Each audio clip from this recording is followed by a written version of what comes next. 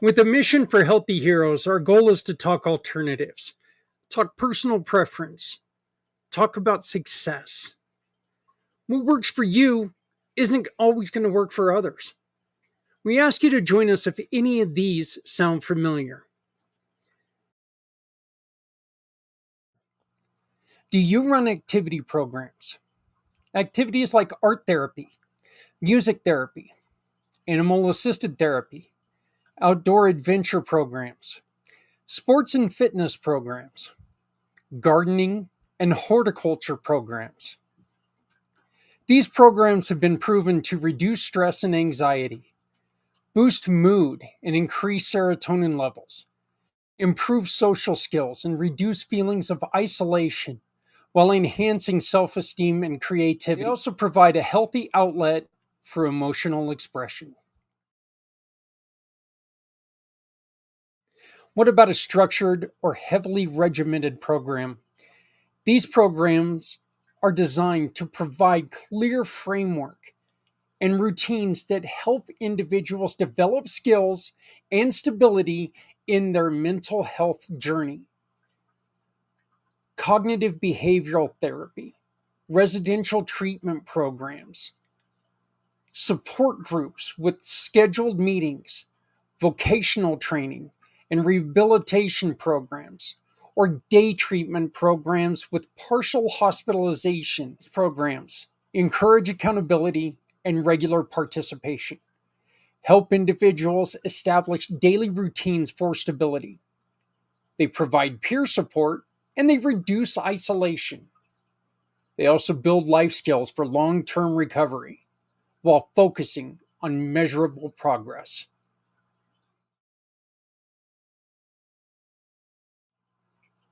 This next one comes with its fair share of controversy.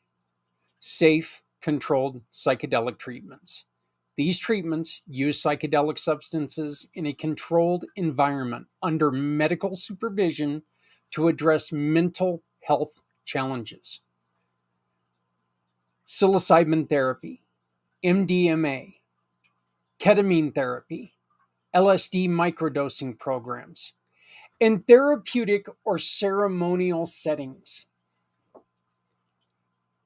The benefits are vast, including allowing patients to process deep seated trauma. It improves emotional insight and understanding. It reduces symptoms of anxiety, depression, and PTSD. And it also promotes feelings of connection and empathy while catalyzing long lasting behavior and emotional change. Our final example for this video is mindfulness retreat programs. Mindfulness retreat focus on deep relaxation, meditation, and self-awareness, often in serene and natural settings. Silent meditation retreats, mindful movement retreats, nature-based mindfulness retreats, healing wellness retreats, and mindfulness for trauma programs. They enhance self-awareness and emotional regulation.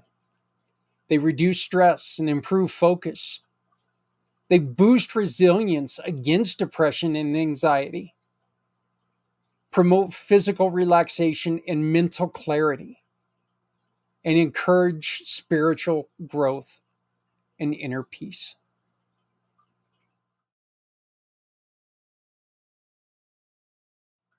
Is there something missing from this list?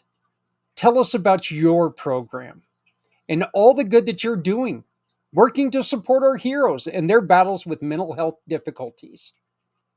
If you scan the QR code below, it allows us to discuss how working together will help so many. Please join us on February 22nd for Mission for Healthy Heroes. Healthier tomorrows for our heroes today.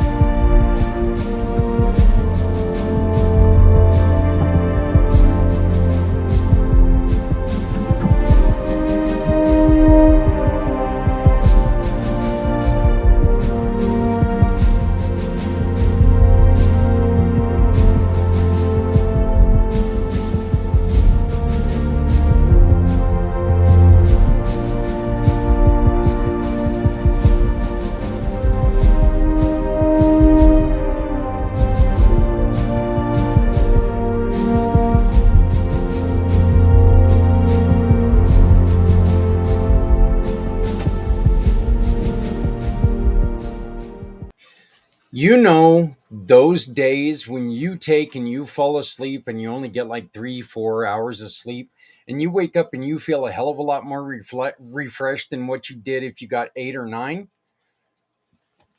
It's not today. But as I've always said, you know what? We can't get to the 22nd hour before we get started with the first. Here we are. Welcome to you and welcome to the 2025 Mission for Healthy Heroes. My name is Zach Clayton with Community Pay It Forward, Community Dare to Care, and the PAC channel. Our mission is very simple. On this day, which is not enough. Okay. I do want to state that right away, right now. I want to be very clear. One day is not enough for doing this, but our mission is very simple. We need to make sure that we keep talking. We need to make sure that we never shut up because there are people who are out there who need to hear what we have to say. There's someone out there struggling right now with the situation that one of us has dealt with before. And if we never shut up, if we keep talking, we're going to accidentally give them that solution to their problem. It's very, very simple. It's like when you're in line at the grocery store. You're already frustrated. You're already burned out. You already know you spent way too damn much money. And you're sitting there and the lady in front of you takes and she pulls something out of the cart and you're like going, oh my God, I forgot my wife's coffee. So then you got to take and you go back out and you pick up her coffee. Same concept. It's things that, you know what, may be right in front of you the whole time, but you see someone else do something with it and you're like, oh yeah, huh?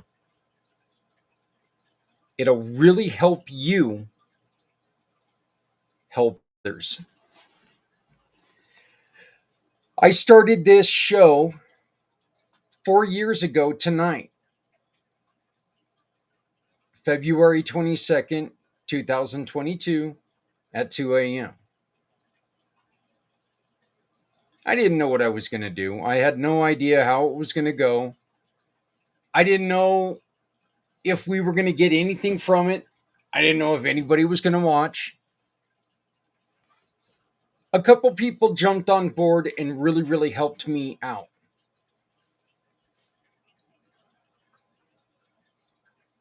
And J.R. Smith, for example, that first year, JR dedicated about 21 of the 22 hours.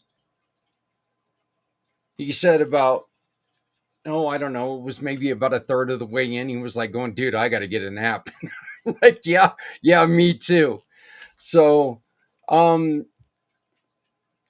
is going to be back today, and we're going to be talking about a couple really cool things that he's got going with the Veterans Ranch. We're going to talk about animal therapy and how veterans are using animals to make their lives better. We're going to talk about his new race team. That's right. He is endorsing a race team, and there's a group out there that is allowing nonprofits to co sponsor cars. So if you're into the whole NASCAR circuit, you might want to check that out.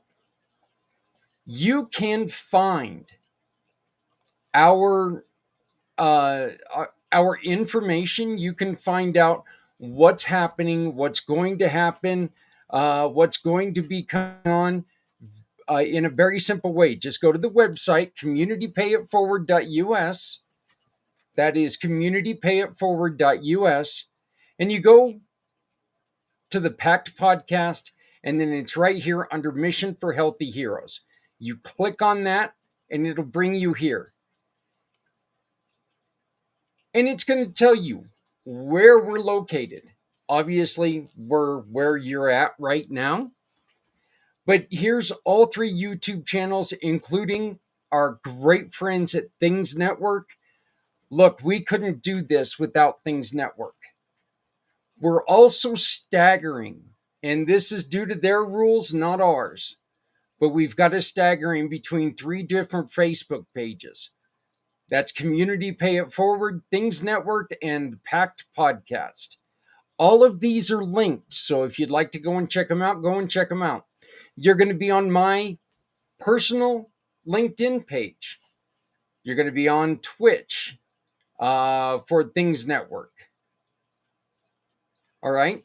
And then you look on the other side and you can see who's coming up, when they're coming up.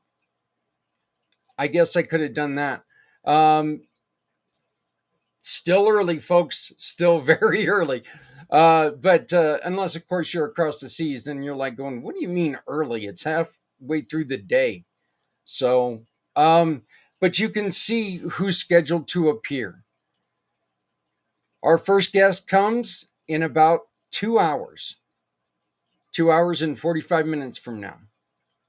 Now, if you have something that you would like to say,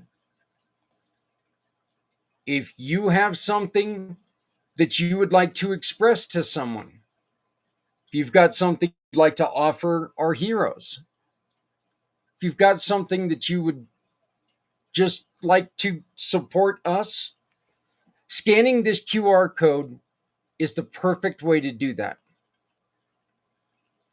We're going to be giving away items all day long that people have donated to us. If you are a business and you would like to give us something that we can donate, there's a place to do that. We would love to have your participation. After the event, we will add your name to the webpage.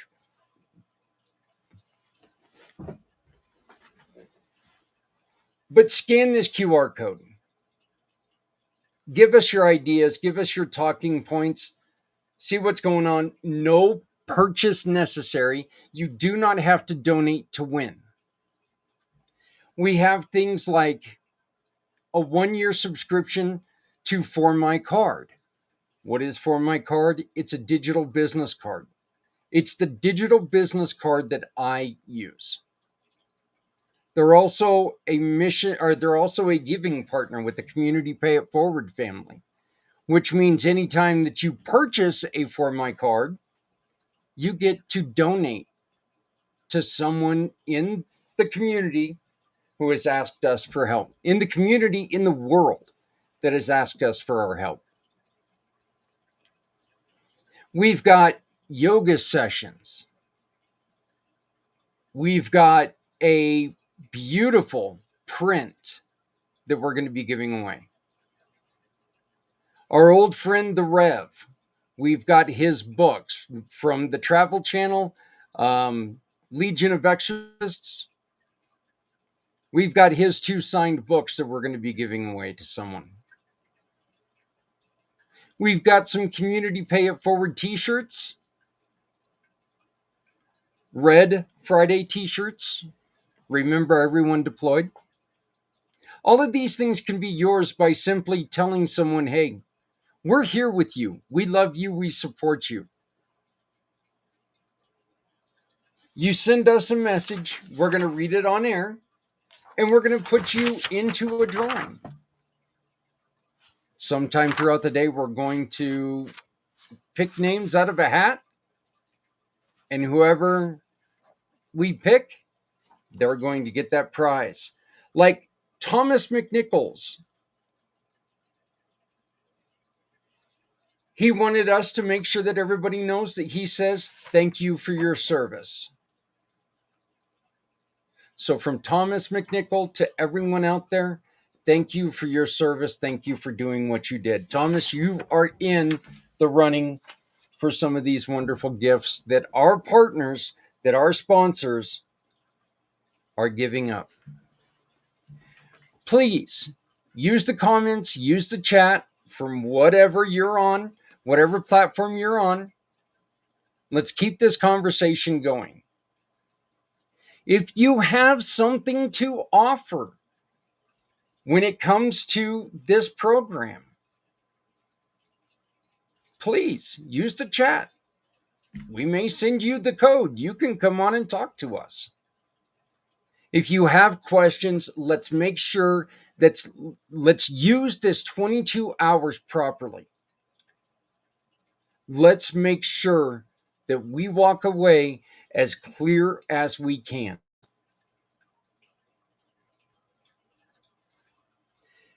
We are going to start this year. We're going to start a book with resources for mental health, mental happiness. We're going to start a program that offers free help, inexpensive help to people who need it. We have people like my friend Holly Miller, who we're going to be hearing from here in just a little bit.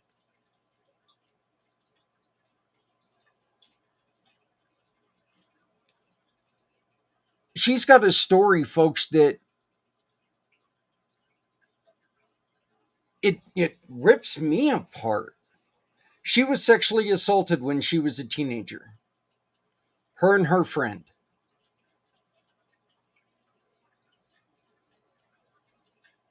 And her friend ended up taking her own life by living a lifestyle that was not conducive for living. Let's put it that way.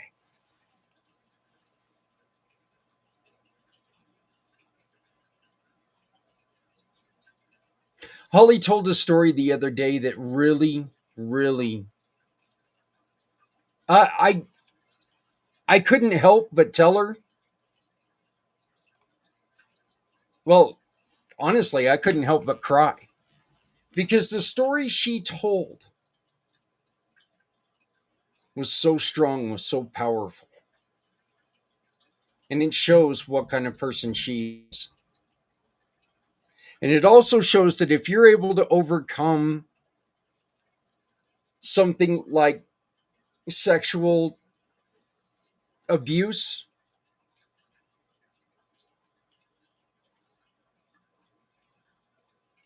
you need to share that story. Because there are other people out there who are going through something similar and they want to recover. They need to recover. And when they hear you talking about recovery, they're going to recover. We'll be playing a story that Holly recorded.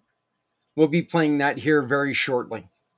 I don't know if you know about my program, Community Pay It Forward, but I'm going to go on ahead and I'm going to pimp it a little bit, if you will. Probably a bad word after talking about sexual exploitation, but please forgive me on that. That was bad taste. The community pay it forward was started after I was run off the road on my motorcycle and I was left in a ditch for over 22 hours. I'm sorry, over over 8 hours, not 22 hours. Um, and I ended up with a fractured skull, a busted up face, and a broken neck. I also lost my big toenail and became deaf in my right ear. And man, that toenail hurt. I knew I wasn't going to be able to go back to getting a real man's job. I wasn't going to be able to go back and do things because my life was different. There are times that cognitively I just don't do well.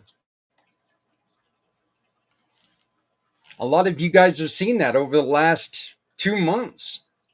My treatments went off course and I suffered dearly.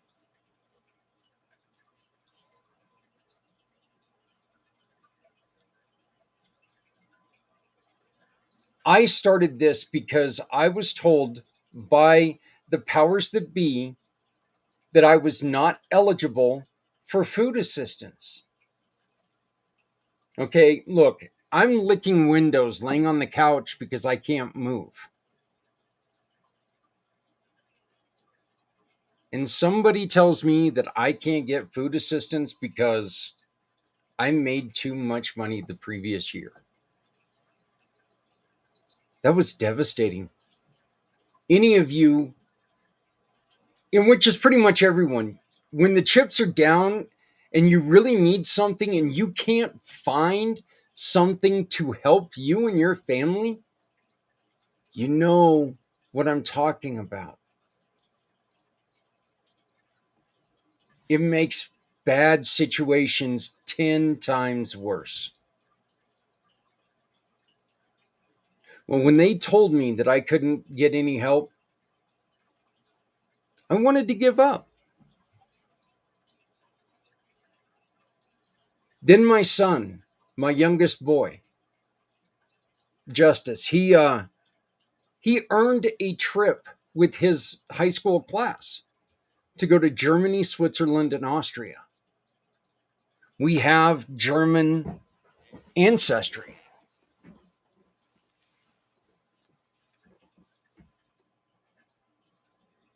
It was only going to cost $3,000. And that was just for the trip. That wasn't spending money. That wasn't any of that other stuff. Well, I was on disability and I was making now less than a quarter of what I made when I was working. See, I worked 70 hours a week. I wasn't making a great living, but I was making a better living than I had ever had before.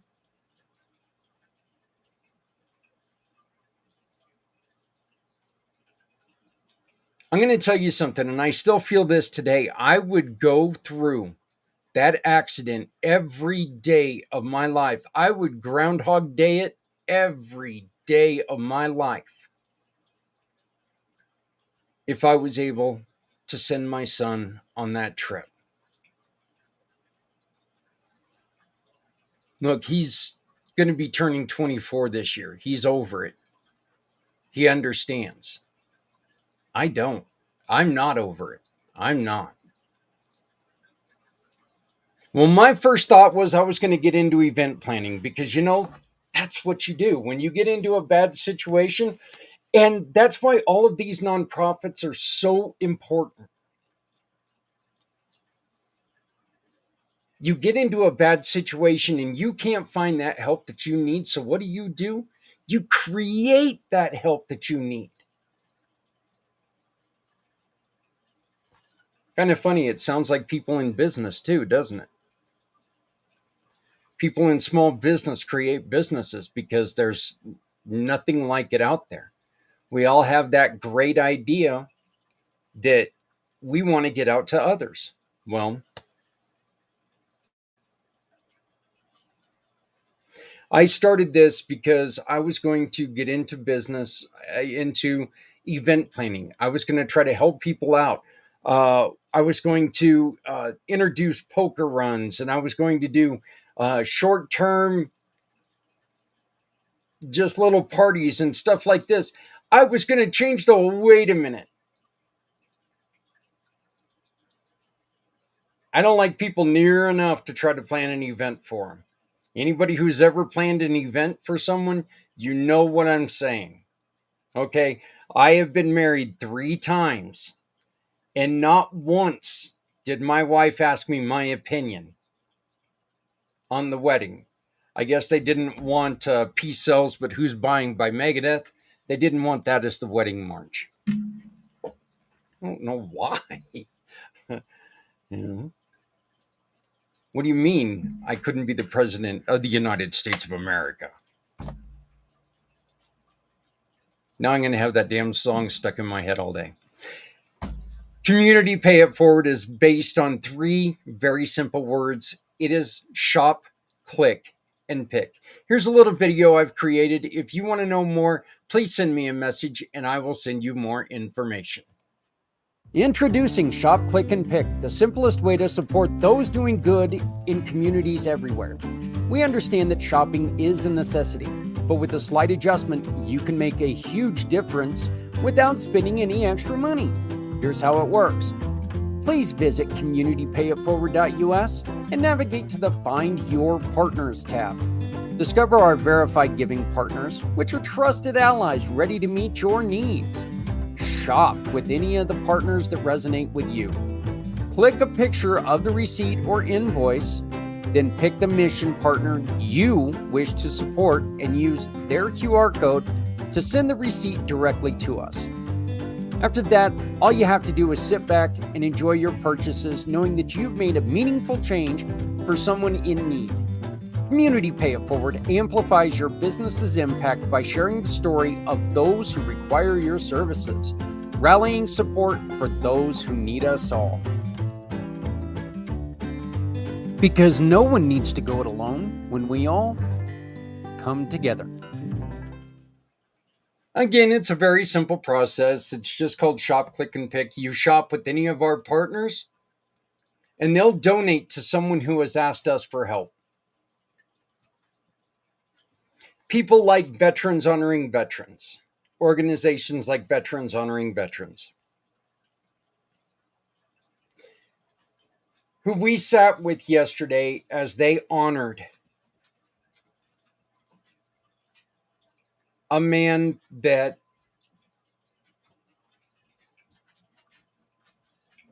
I lost 3 weeks ago Monday.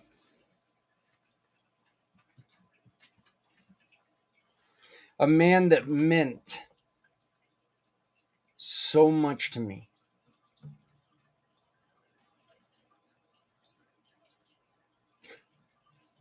I did not lose him to suicide.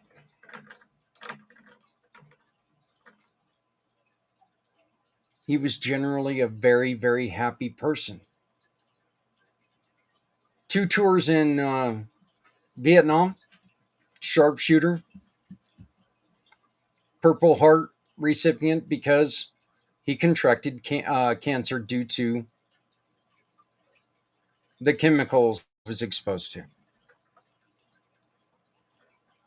He had a long, difficult journey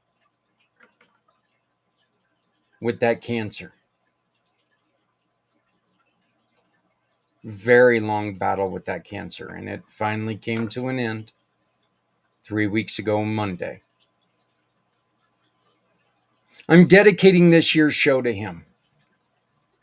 Me personally. What does that mean to anybody else? Probably nothing, but you know what? That's okay. I want you to dedicate this show to whoever you need to.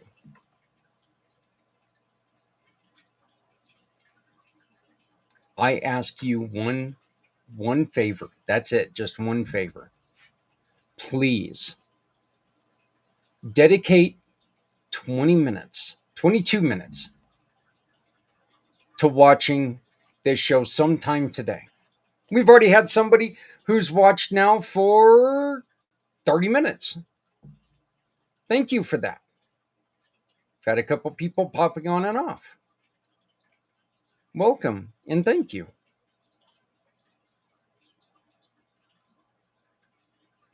But please dedicate 22 minutes and then share this with other people. Say, hey, you really need to go to communitypayitforward.us and check out this program. Just click on the link and it'll take you to one of the pages where you can watch the show. They're doing something kind of cool. They're trying to help people in very difficult situations.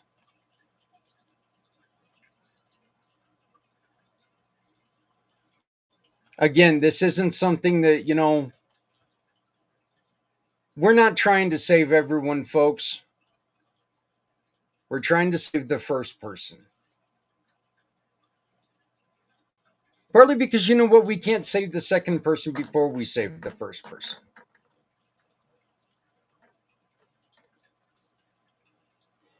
In 30 minutes, we are going to get a very unique view from across the pond. A dear friend of my wife's. Hello, Joanne. I hope you're doing great today. Thank you very much for joining us. Congratulations on winning the hockey tournament. I kind of was cooking and I forgot it was on. What kind of hockey fan am I, right? Hey, but you know what? We get back to the regular season today, so that's a good thing. But Joanne, thank you very much for joining us from Canada. Please, if you know anybody who has stories to tell, please invite them to come and join us. Anyway, our mission is to help the first person who's out there struggling by giving them every opportunity we know of.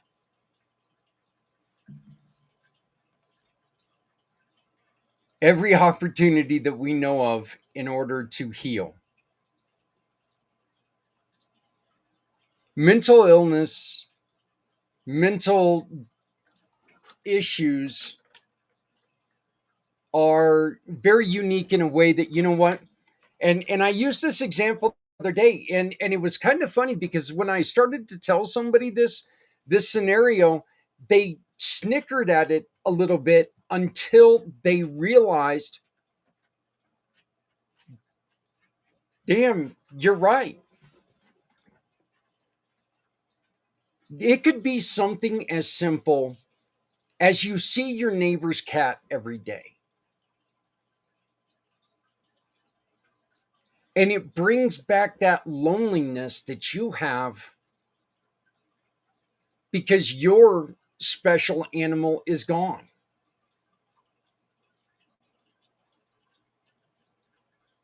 You don't want to tell anybody about this because people are going to look at you like you're crazy. That doesn't make it not a problem.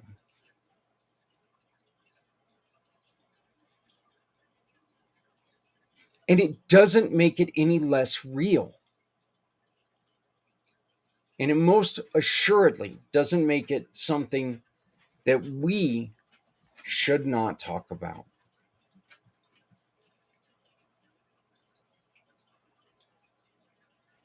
So, we are going to be getting a view from across the seas. A dear friend of my wife's, Willow, a part of the Things family. Things is a paranormal network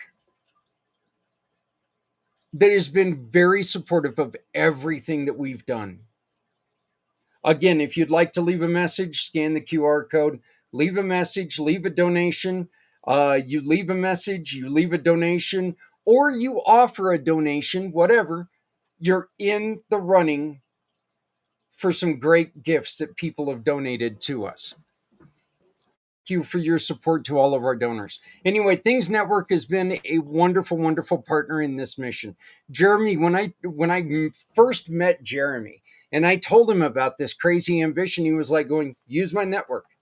And I'm like going, okay, what channel? He said, everything, use it all. It's a Saturday. This is the biggest day of the year for them, broadcast wise. They shut their channel down so we could be here right now talking.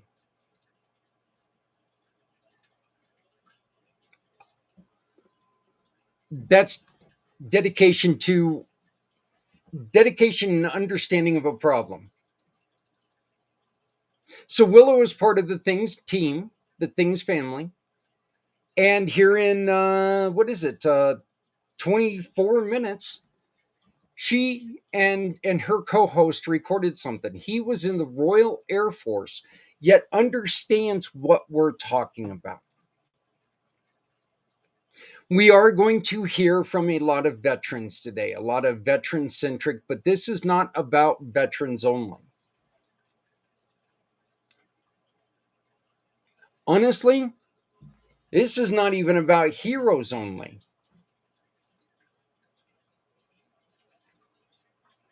This is about this problem that every single one of us has been affected by.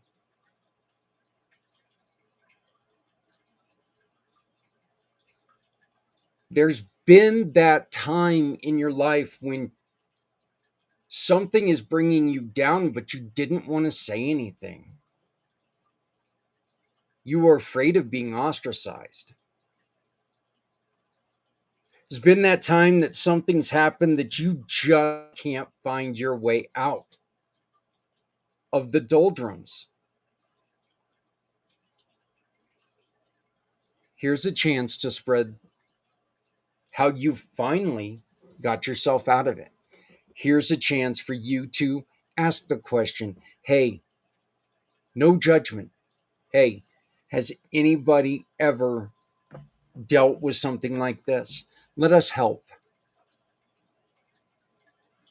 Let our wonderful viewers help.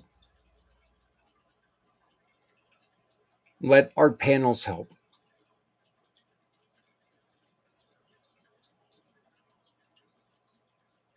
I'm excited for today. I really am. 4 years, you know, and 4 years of honestly success because we've been able to hear some great stories. Stories of success. Great stories of success.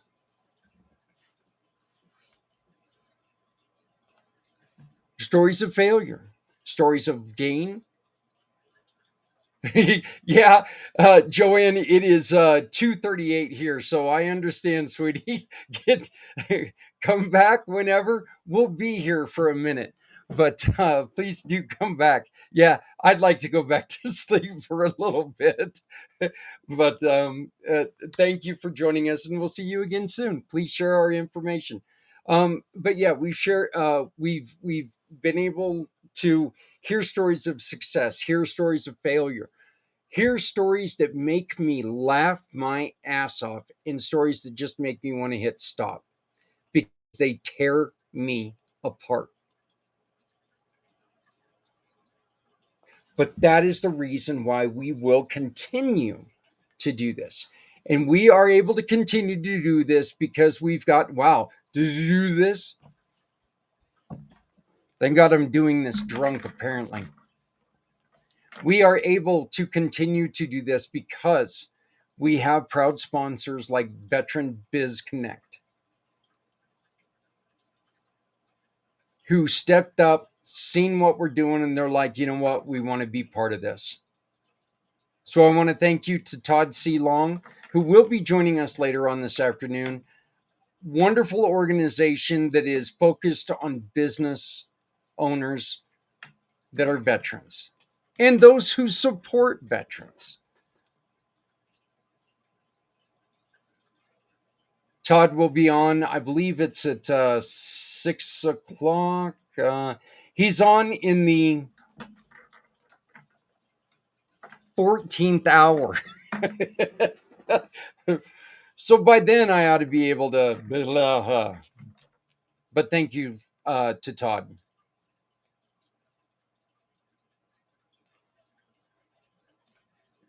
Again, make comments and get yourself in the running for some great prizes. No purchase necessary. Scan the QR code, send us a message, send everyone out there a message, send us a question. Say, I would really appreciate it if you didn't put my name out there, and ask the question, and maybe we can come up with the answer that you need. One of the people who has been with us for a couple of years but was not able to join us today due to prior commitments is my uh, dear friend. Where'd it go? Is my dear friend Holly Miller. But she did record this video in support of what we're doing. So here is a video with Holly Miller.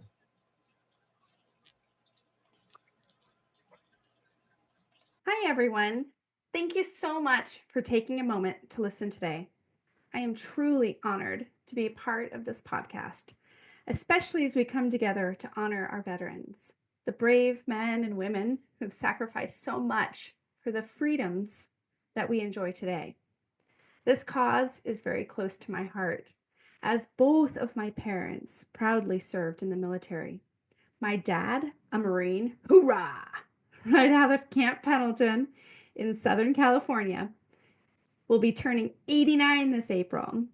He was in the infantry unit, and as luck would have it, my dad never had to fire his weapon at the enemy, though I am certain many of his friends did. He's a veteran of the Korean War, and while he doesn't speak a lot about his time in the service, it is clear that those years shaped the man he is today. That is, unless you get him in front of another veteran with a beer in his hand. And then, let me just tell you, those stories fly like old friends picking up right where they left off. My mom, on the other hand, she has always been more open about her time in the Air Force during the Vietnam War. She served in the All Women's Air Force Band, or the WAF Band, as we call it. This incredible group of women traveled the world playing for kings and queens and welcoming troops home from their tours. For years, their contributions went unrecognized when the military disbanded the group in the early 60s and buried their existence. But these women persevered, and by the late 80s, they had reclaimed their rightful place in history. I was lucky enough to attend several of their reunions as they got together each year to play. It was so magical that these women would get together and we just watched them play. They are just living proof of the power of resilience, community, and music.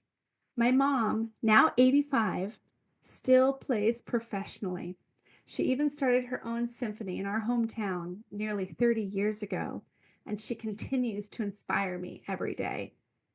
Today, as we reflect on the staggering reality that 22 veterans die each day by suicide, I want to take a moment to honor you, to every veteran listening, and to everyone feeling lost or overwhelmed. You are uniquely you, and you are here for a reason. Your life matters. Please know that there's always hope, always help, and always someone who cares. Whether it's reaching out to a friend, a loved one, or a support line, don't carry the weight alone.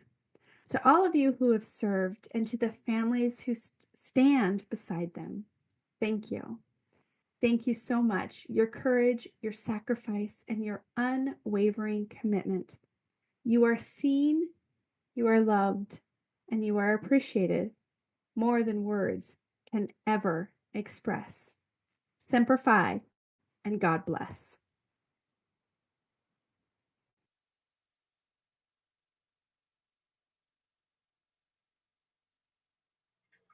Hello, everyone. Hello, everyone. My name is Zach Clayton, and I need help for an upcoming event called Mission for Healthy Heroes. This fourth year of our 22-hour podcast is happening on February 22nd, 2025, and is dedicated to tackling one of the most pressing issues facing our critical country and community heroes today: suicide prevention and mental health. We're bringing together experts, advocates, and individuals who live with experience to have an honest and impactful conversation about challenges our heroes face and how we as a community can help. For our communities, these tragedies often stem from complex factors like mental health challenges, including PTSD, depression, and substance abuse, family strain, and feelings of isolation when transitioning to civilian life, career stressors like financial instability or workplace difficulties, easy access to firearms during moments of crisis, and systemic barriers like the stigma around asking for help and gaps in support systems. This is a problem that needs us all: professionals, advocates, families, and communities working together to find solutions. That's why I'm reaching out to you. We're looking for guest speakers to join this important conversation. Whether you're a mental health professional who works with our heroes, family members or spouses who understand the challenges of this complex family lifestyle, advocates or nonprofit leaders supporting our heroes, researchers or policy experts working on systemic solutions, or a survivor who can share your personal story. We need to hear from you. Your voice and expertise could save lives by helping us shed the light on these issues and explore meaningful solutions.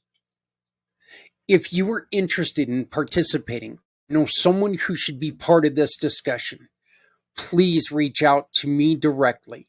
You can use the information found right below me or by scanning this QR code. You can sponsor, you can volunteer, you can speak, and you can save lives. Because together we can create a powerful conversation that drives awareness and action. Let's honor our heroes by supporting them when they need us the most. Thank you for watching this short video, and thank you for caring about our hero community. Let's work together to make a real difference. I look forward to hearing from you soon. Thank you. Again, scan the QR code or use the information below, and let's make action count.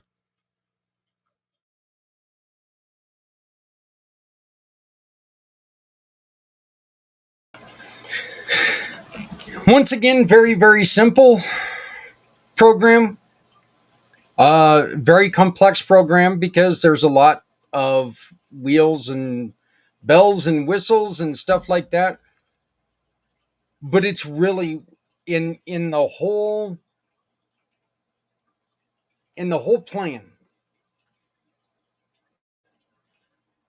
It's something that we can accomplish. It's very simple. When we're talking to someone who's struggling, put these down. Put them down. They're telling you something that they obviously need you to hear. Let's listen to that. Let's make sure that we understand what they're saying. Never leave someone in the lurch.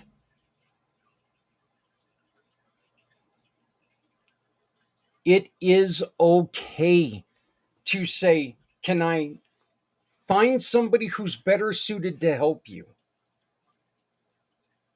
Look,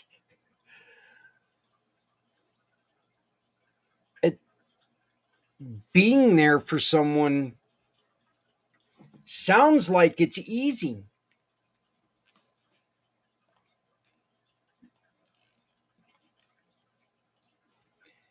But we all have certain things that have happened to us in our lives that being there for them is going to be harmful to, potentially harmful to us.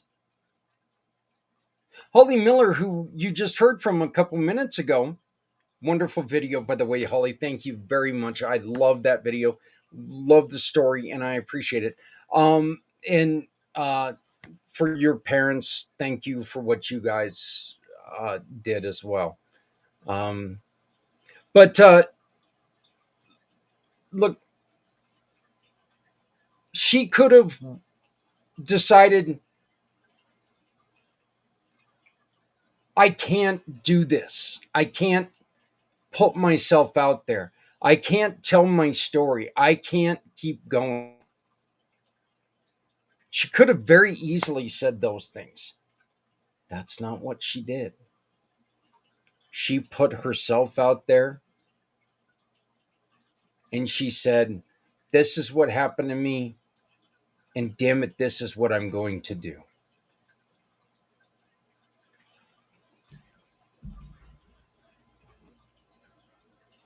Not everybody can do that, and we understand that. But you know what? We need to find the resources to save people's lives.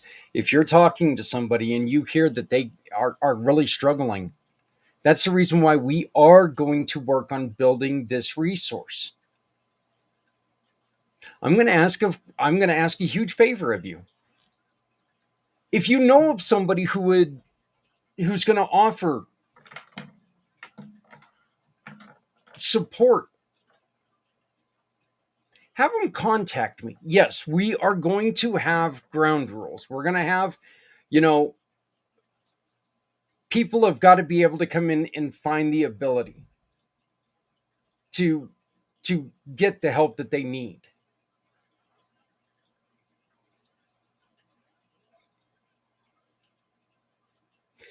The simple solution to all this is call 911. But none of us want to call 911 on anyone. I'm not going to say none of us, and I'm not going to say don't want to call on anyone. Calling 911 on certain people, okay, all right. But none of us want to call 911 on somebody who's having a mental issue.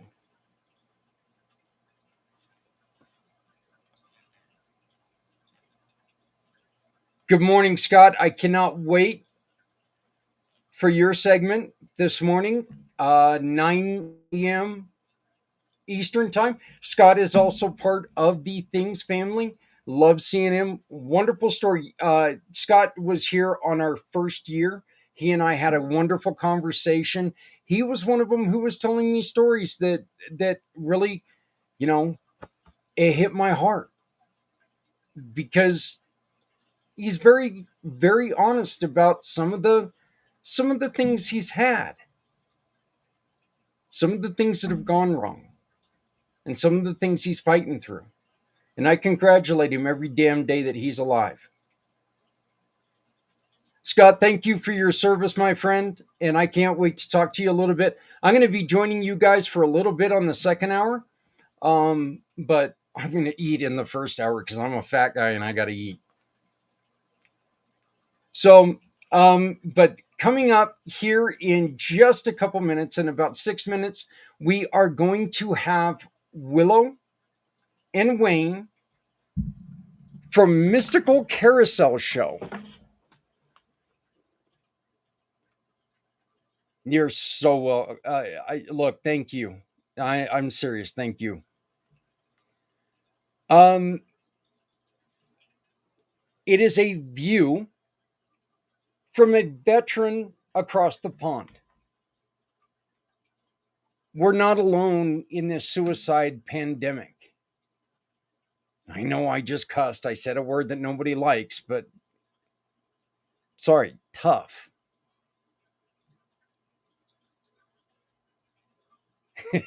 I love it. It's just tough.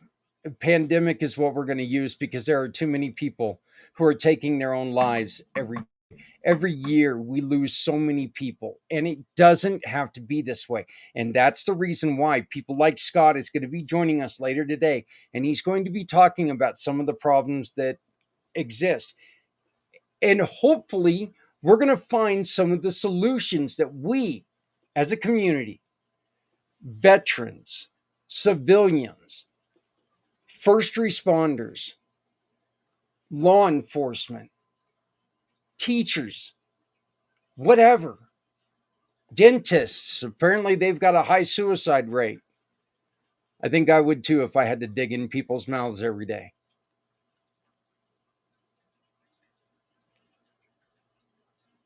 We've got to find a way to answer questions.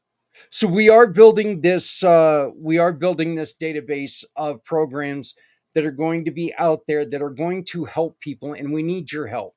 So if you know anybody who has something unique, and I don't care what it is, because just because it doesn't work for you or it's not your thing,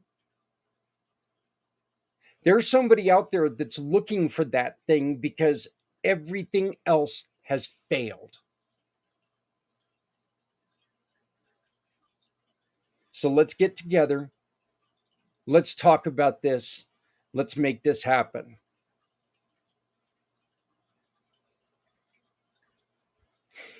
We're getting to the top of the hour,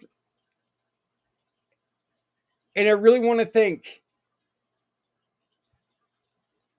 our building partners at Veteran Biz Connect, Z World Webs, Scott O'Sullivan Law Firm, Rider Justice, Trend Now, Rewired for Men, Things Network.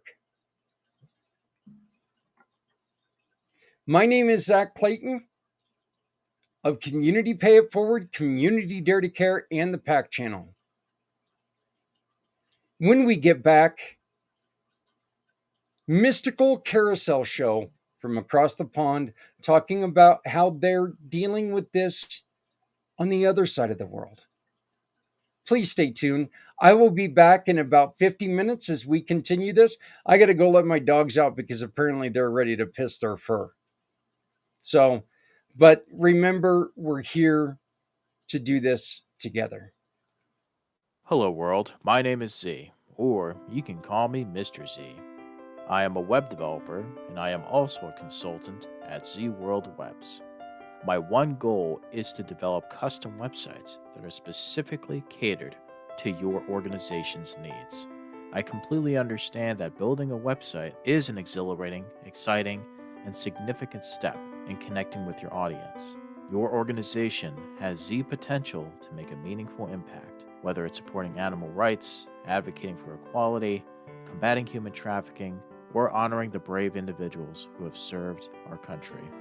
Your mission is too important to be held back by the challenges a website can present. And I am here to ensure that your website works for you, not against you. Whether it's maintaining, developing, or redeveloping a custom website that is specifically catered to your needs. And with that being said, I would be more than delighted to learn more about your organization and, of course, develop a website Z World is waiting for. Thank you.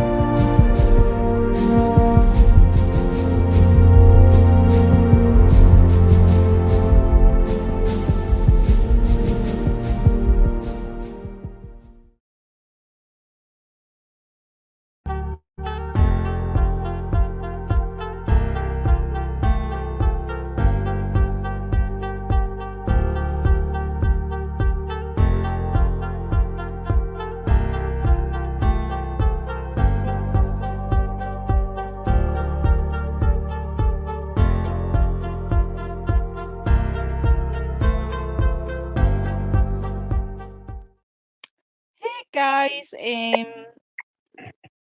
Hello everyone. Welcome to NW Multiverse Network Special. Now, the event we are supporting is Zach Clayton, who every year does a 22-hour event for veterans and suicide awareness. Now, myself and Wayne did it last year and gave them support. So again, I thought this year we'll do the same again. So obviously, guys, this will be a serious one. And we will be talking because Wayne himself has been a veteran. And I have got a big thing about suicide awareness because I've always had a good few friends who have lost lives to suicide. So suicide is really something that's really close to my heart. So we're just doing this. This is pre-recorded, guys. So, Mr. Wayne, how are you? I'm good, thank you very much. Here we are again. Time flies round again. It does. It does. So, Wayne, do you want to tell everybody about yourself and your time as a veteran?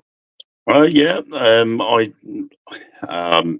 with a lot of people sort of my age now, when we were younger and we left school, a lot of people in sort of my area, we all sort of leaned towards joining the military when we left school, having been living in a garrison town. We got the strong military presence here in Colchester, so sort of heading towards the military was always a thing. But I was always into aircraft, and so the Royal Air Force was the destination for me. But when I left school, I was too young, so I had to sort of have a year filler. So I went off and worked at Colchester Zoo for a year, and then joined the Royal Air Force. It's about 4.6 years later. I think it was 4 years, 6 months later. The European Union decided that our forces were too big and needed to be reduced. And unfortunately, I was one of the last in, first out. So I was given the golden handshake. Thank you for your service. We'll stick what you had left on your full-time contract and put it on top of your reserves. You'll fill that out, and then you're a free man. I wasn't best pleased. I tried to remuster into another job, but there just was so many cutbacks being taken at the time that there really wasn't any spaces available. So I had to obviously accept the golden handshake. I then tried to retrain. So I'd already started training as a chef while I was in the Royal Air Force, because it was advised. And I think that's quite pivotal to anybody that joins the armed forces, that if you get the opportunity, train in something that will help you in civilian life. And because I'd already started doing these chef's courses, the station commander said, I know the Dean of Studies down at Colchester Institute. Do you want me to get you in there and you can continue your chef's courses? So he made a phone call.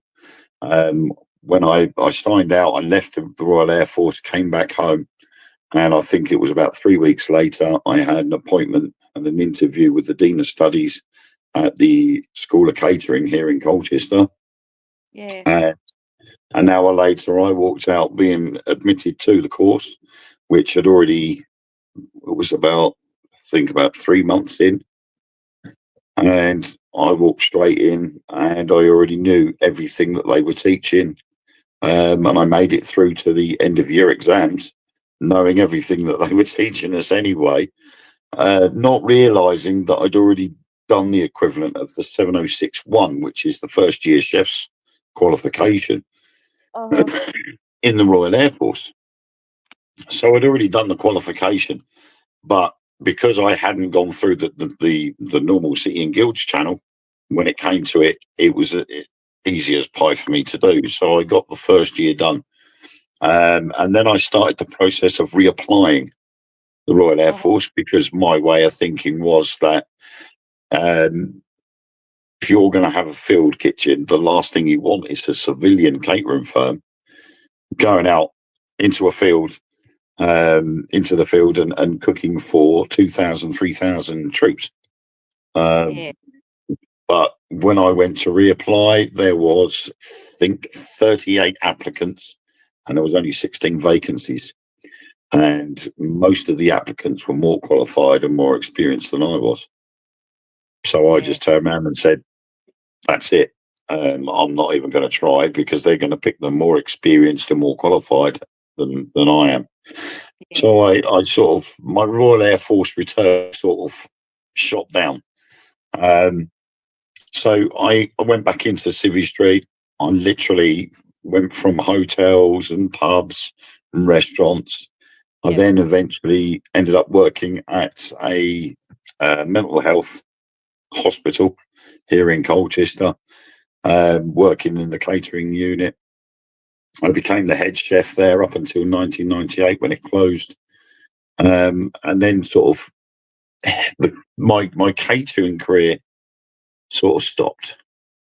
I got a bit annoyed and fed up with it, and I started going off in different directions, because when I was working at the hospital, that was guaranteed hours. I had every weekend off. I'd get up at 6, be at work for 7, work through to 2 in the afternoon, and then I had the rest of the day free, and that suited me fine. When the hospital closed down, they offered me another job, but it was a huge wage drop as well. And I'm like, no, I'm not working for that sort of wage. I'm sorry. And I left. I took the redundancy and went. And then it sort of stagnated. I was going from one job to another. But eventually I ended up working on the coaches. I had an accident in 2000. Sorry. I had an accident in 2000 where I damaged my back. So it looked like at the time it was going to ruin anything that I did, because it was a spinal injury. But I managed to get through it. I took my PSV license, which is for driving coaches, and ended up co-running my parents' coach company until it closed down just before the pandemic. And then they decided to close the company down, and that was it. But during that time, I was always wanting to go back into the RAF. It was always a dream of mine to return. And I'd contemplated on it so many times. My previous marriage, it was a no-go, Yeah. because my ex-wife, she didn't want me to go back. Yeah. She was like, no, you're not going. And it turned out it was because she depended on me too much. And if I Yeah. wasn't there, it just wouldn't work. And then we had the 2 children. So it literally came to a standstill. I then decided that maybe the reserves would be the best way to go. And a couple of years ago, I tried to reapply for the reserves. And then it turned out I had too many medical issues that would stop me from returning. But by that point, I was starting to work in the paranormal field, doing a lot of work with the likes of Most Haunted. Then started off with Truth Beyond Paranormal, doing my writing and my own events team. That I'm like, I shouldn't really return back into the Royal Air Force Reserves, because they want you to do a minimum of 27 days a year, and most of them would be weekends, and that conflicted with the paranormal events, because most of Yeah. them were done at weekends. But because of the medical issues, that stopped me from returning again. So it was almost as if something was telling me, you're not going back in. Just admit it. That's it. It's over. And you're now onto something that you're good at doing, you're happy at doing, and everybody else enjoys what you're doing. So stick with Yeah. that. So I just said, that's it. I'm out. And but if it wasn't for all those little things that I had done, was in the Air Force, in the mainstream Air Force, and things that I'd done in between, I don't know what would have happened. I was lucky. I was one of the lucky ones. I know of one of my friends that I was with the first time round. He had already been in the army as a sergeant in bomb disposal. until his marriage broke up, and then he had to leave the army on compassionate grounds. He then sorted himself out and joined the Royal Air Force, and he ended up being in the same flight as me. The problem he had when we got the redundancies came through was the same as mine. We were the last in, first out. And he turned around to me and he said, I don't know what I'm going to do. And I think briefly, I think it was about a month after we left, he appeared at my front door and said, I don't know what I'm going to do. I think I might try the Navy next. And then I never heard from him again. He had contemplated about joining mercenaries. He was going to go to a private security firm and go off somewhere else. And then that was it. Never heard from him again. And for some people, military life is the only life they know. Yeah. And when things go downhill and they go down fast, they don't know exactly what they're going to do with themselves. And finding themselves out on Civvy Street, if you're unqualified or you haven't done any courses or anything like that, it's very hard to fit back into that society. Yeah. Because when you joined the military, you just literally come out of being a child. You've gone into a big man's army where you've got to grow up and grow up fast. And then all of a sudden, you've come out of this highly disciplined team back into Civvy Street, where the last time you were there, you were a child, technically. And it's a bit of a culture shock. And if you haven't got anything backing you up, you're starting from scratch. It's back to job centres looking for jobs, or it's going on to doing courses and starting courses again. But there's not much there readily available to fund you going back to a college if you've been in the military for, say, 9 years, from the age of 16 to the age of 25, and then you get made redundant or you leave the Army, Navy or Air Force. You've got no qualifications apart from the GCSEs that you came out of school with. Yeah. And there's nothing there to help fund a course unless you're on Universal Credit and Job Seekers, and they can look at helping you. But the place like job centres tend to look at computer-related jobs. Yeah. They tend, when they do these courses, they go, "Oh, you can do data inputting." So they push you in front of the computer screen to see if you can do that. And you're like, "Well, I'm physically able. I want to do these labouring jobs, but to do certain labouring jobs, you have to be qualified. You have to have certificates." Yeah. And then you go, "Well, I need to go, if I'm going to do that, I need to go to the college, do a bricklaying course." And they go, "Well, it costs this much. We will give you some funding, or we might be able to get you on this course." And it's difficult. And it then leads to a slippery road. What do? And they feel down because their life has sort of changed so much that they look at themselves and say, "Is my life actually worth anything? I've been kicked out the forces and I've got nothing." And it unfortunately is all down to the state of your mental health. When you've been put in that situation, there has got to be something there to help that individual realize that there is more to life once you leave the military. And like I say, I've been lucky. I literally left the armed forces and I fell flat on my feet running. And I was literally straight in one job, out of another, in another, out of another. And it was constant. I'd never been unemployed for more than 2 weeks. So I was one of the lucky ones. But for one of the lucky ones, there are hundreds of unlucky ones that don't fall flat on their feet. They fall flat on their backsides and they struggle. And they're the ones that need the help. Oh God, yeah. I can't even begin to imagine but what people that's been in the forces go through, especially when could be sent away to places like Iraq, Afghan, places like that. You could be away for months at a time. You're isolated. Yeah. You don't have your family. It's not like you can just pop down and say hello to see them or anything like that. So I couldn't imagine how your mindset goes from having your family and having everything to being isolated to then being out the army and trying to Yeah. fit back into that life and trying to fit. And I suppose it's about fitting among like your family and your friends again. And it's trying to, and it's not just that.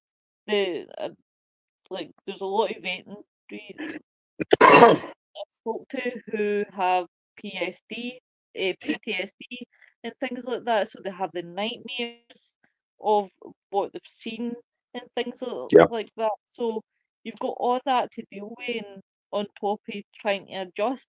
And then the society that we live in today, where there's no many jobs out there for people like this came out the army, and I think there should be that, at least that given chance to give those people like yourselves Yeah. that have been in the forces for a number of years, a chance to Um, do more things and learn more I things. don't. I don't think it should be a number of years. I think it should be anybody that serves in the military that Yep, has gone through their basic training and trade training and then being assigned a unit. So they could say, for instance, if they go into the army and they go into the airborne side, so they go into the paratroopers and they're stationed in Colchester and yep, they're in Colchester for, say, 3 months and then they injure themselves to the point that they have to leave. So they get a medical discharge. Um, there should be something put in place for anybody that has to leave the armed forces. There should be something put in place so that when they leave, there is a free course available specifically for them to go on to learn a trade. So, yep, like in Colchester, we have the Colchester Institute, which is the place where you go to learn a trade. So, yep, whether it's mechanics, electrician, engineering, plumbing, bricklaying, catering, you name it, this place accommodates it. And there yeah, should be extra funding for the military personnel that leave and will need to join the workforce in Civilian Street yep, so that they can just literally come out of one straight into the course, learn a trade, and get out working as quick as possible. yep, Because yeah, that's where the downside is. yep, If they yep, just get, thank you very much, thanks for serving your queen and country or king and country now, you know, see you later. There's your bags. Here's your train ticket home. You got your travel warrant. That's the last thing they give you is your travel warrant to get back home. And that's it. Thanks a lot. And then you yeah, put on the scrap heap. yep, And yep. from the moment you get on that train or you leave the gates to that unit, you're on your own. There's no support from them whatsoever. Oh God, yeah. Oh God, yeah. Especially when you're, as I said, you're isolated for that long. You you become accustomed to what's round about you, and to go Mm. through, I suppose, the comparison, when people serve so many years in prison and then they come out, they find it hard to adjust. But then you Yes. look at you find that as well, a lot of these veterans who have served Queen, obviously she's not here anymore, God love her, King and Country. It's alright, folks, we're still getting used to saying King and Country instead of Queen and To be Country. honest, I think with most veterans it would still be Queen and Country. Well, Queen and Country, you know, these people also, you find them out in the streets. Like you find, we touched a bit on homelessness in the Yep. last time, and the amount of people who we see homeless all the time. It's everywhere. It doesn't matter whether it's UK, America, or whatever. And obviously, most of them are veterans.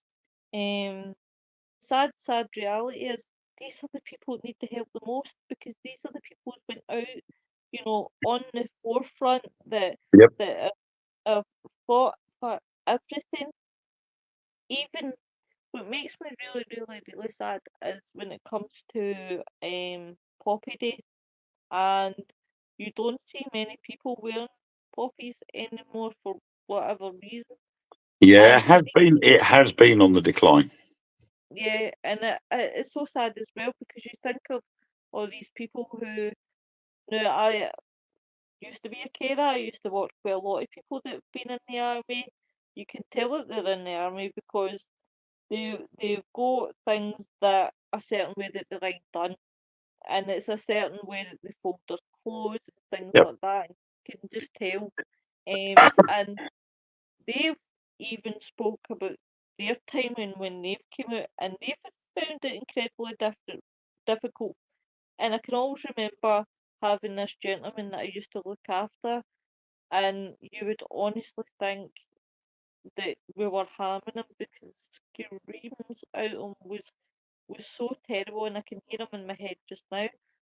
And he was a prisoner of war too, and you can't even start to begin to imagine what they were going through at that time as well. Because see, when I used to hear him cry out at night, and if you touched him with water, like to wash him, he would go mad. And you just think to myself, you poor little soul, you've been through so much. And it just shows you that it doesn't matter whether you are young or whether you're well in your 90s. I guess the images never ever leave you. No, they don't ever leave you. And all you can do, I've likened it to the film Dreamcatcher by Stephen King. In there, a guy uses a section of his brain he calls the lockbox or the storage room, and any of the memories that he doesn't want to keep bringing back, he puts in this storage room in his mind, and it's behind a locked door. So it's hard for him to get into there. But that, of course, is providing you've got the right frame of mind to be able to commit your brain to do something like that. And unfortunately, a lot of servicemen who end up leaving the armed forces, whether their contract with the armed forces is finished, or they end up medically discharged, or they end up having to leave because of just not being able to deal with the situation anymore. The thoughts and memories of things that they've had to go through throughout that time they were in there are always there. Yeah. And it's difficult. And with a lot of people, especially the ones that are suffering from PTSD, those images and thoughts return very quickly and very easily. And it's difficult for them to lock them away and discard them as such. For me, it's been, in a way, I've been getting those things, but I've Yeah. managed to work them to my advantage, so it hasn't affected me so much. But I think that has also got a lot to do with the fact that since I left the Royal Air Force, I have been non-stop. I've Yeah. kept myself busy. I've kept myself working. I haven't had the time to do anything else because I've had more important things to deal with. So I've managed to be able to lock those thoughts and images away Yeah. and sort of not worry about it. When I do talk about things like this situation, sometimes little things leak through. Yeah. But again, I use them to my advantage. Being an author of ghost stories, I can turn that into a plus rather than a negative.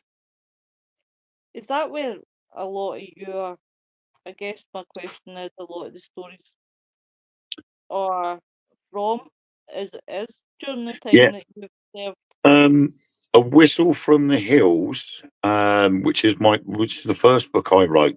It was based on the invasion of Crete by the Germans in World War II. Yeah. And that was the first ever fully airborne assault on anywhere during World War II. And the island of Crete was taken over by airborne troops Yeah. straight away. Literally, the British troops had to evacuate. That's how strong the German forces were. But when I was writing the story, there was little things that I'd learned from other people I was good friends with a man called Alec, who was he was originally from Glasgow, and he Yeah. joined the Desert Rats during World War II. And my mum used to go around and clean his house, and he needed a gardener because he was getting too old to Yeah. do the garden himself. And my mum turned around and said, "Oh, my son will come round and do it for you. He don't mind." So I'd go Good old round mum. there reluctantly to start off with, I hasten to add. But eventually, I got sitting down with him over a cup of tea, and we would talk about what experiences he had. Now, they say people that have been through World War Two, World War One, any war, rather not talk about their experiences. However, there is a difference. A veteran will talk about their experiences to another veteran or to another serving member of the armed forces. Yeah. Because there's that camaraderie there between the two. And we would sit there for like an hour or 2 hours talking about what happened to him during World War Two, like the Battle of Alamein and things like that. And he'd be sitting there saying that when we were in the desert, we'd run out of water, was the most precious resource we had. We would have plenty of diesel for our or fuel for our vehicles. And Yeah. so to have a wash, we'd be using the diesel instead of the water to have a wash with. So we were soaking these rags with the fuel. We were wiping our arms down. He said it was the only thing to do to save the water.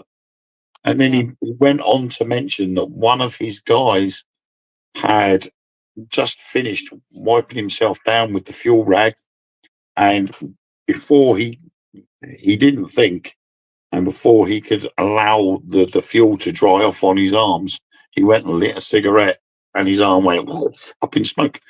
Oh, So, in a sense, having that story being given to me has yeah. sort of allowed me to imagine that story, and I've been able to put it down on paper Yeah. to use to my benefit later on.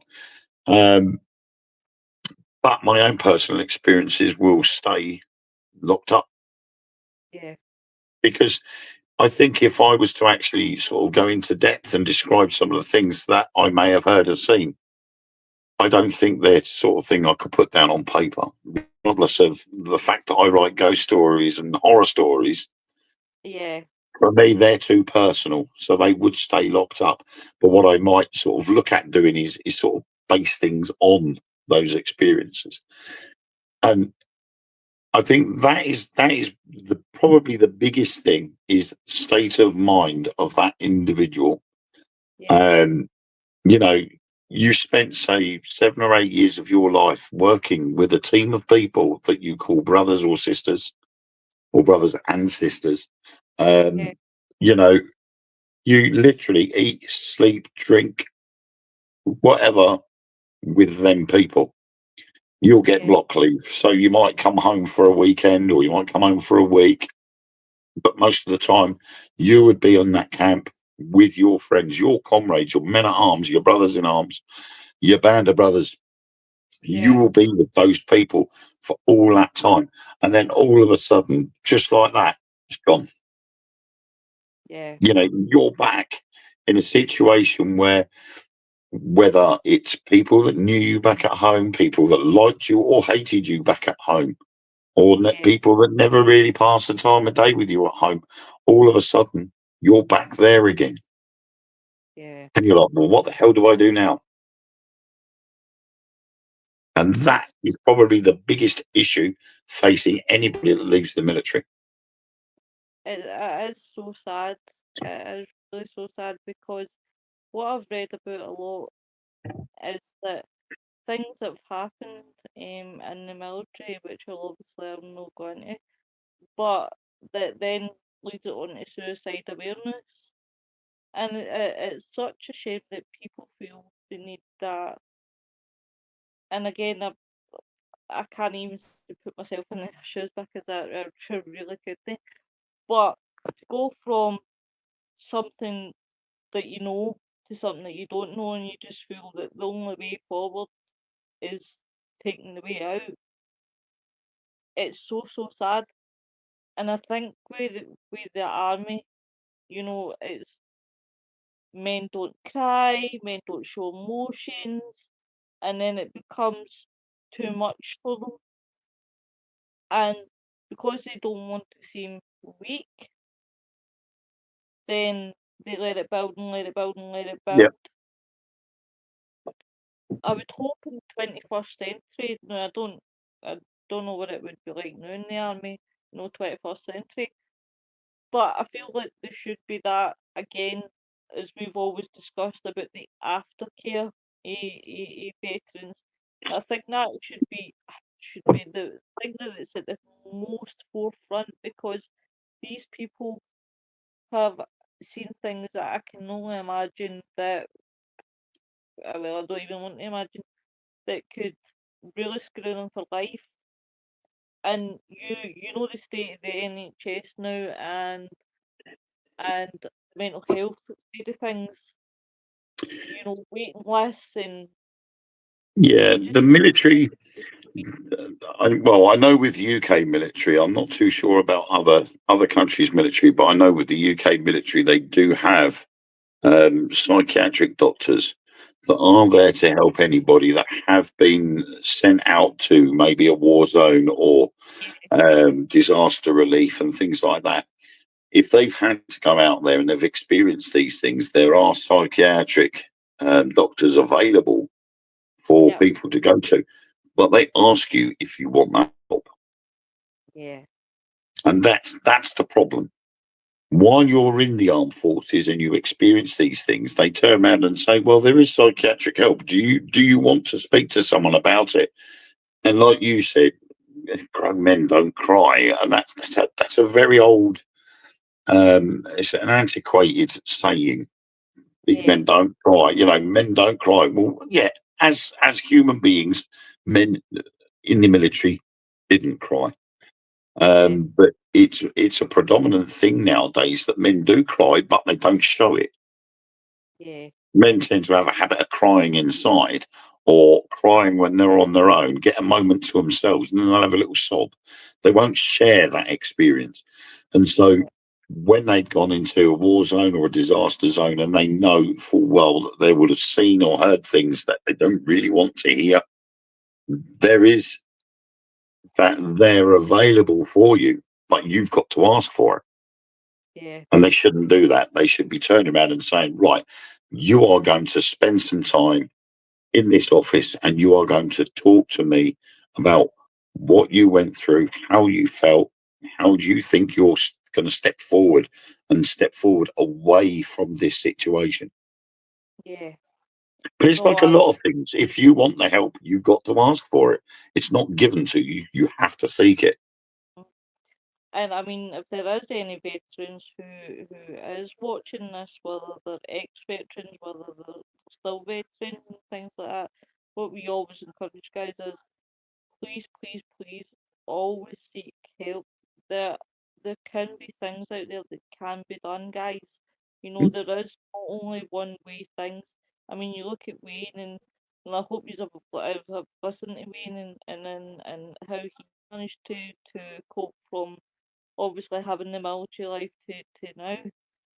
But please, guys, always reach out, and it's to women as well, because I can imagine in the military, I don't want to feel like this is just one-sided, but there's women out there too that experience the same thing. And even you ladies, please reach out. There is help out there. There Yeah. is a lot that you can do. I just feel that the government, so that YouTube can't catch me out, um, should do more for these people, Yeah. because at the end of the day, these I do apologise. That is the family. Um, as I said, there is a lot more that they should be doing, because Yeah. at the end of the day, you know, these people have got a lot more bottle.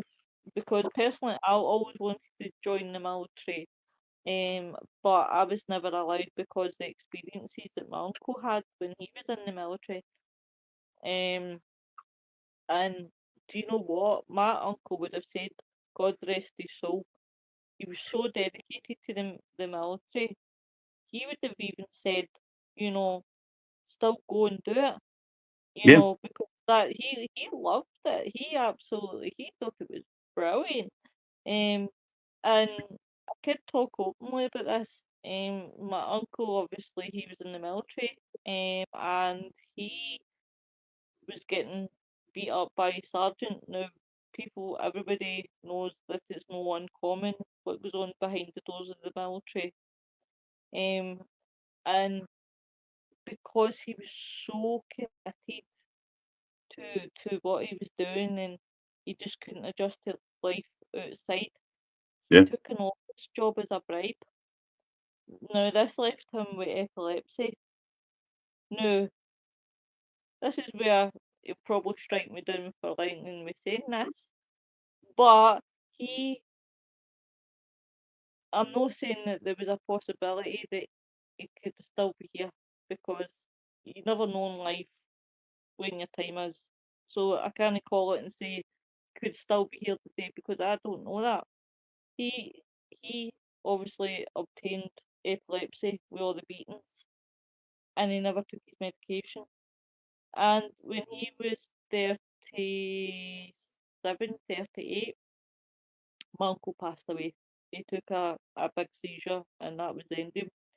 But what always made me laugh, guys, is now in the military, I I don't know if it's still done now. Probably they get the license, they get their driving license, and get taught how to drive and things like that. Well, my uncle used to get my dad to ship him here, there, everywhere. Like, honestly, right? Used to drive my dad nuts.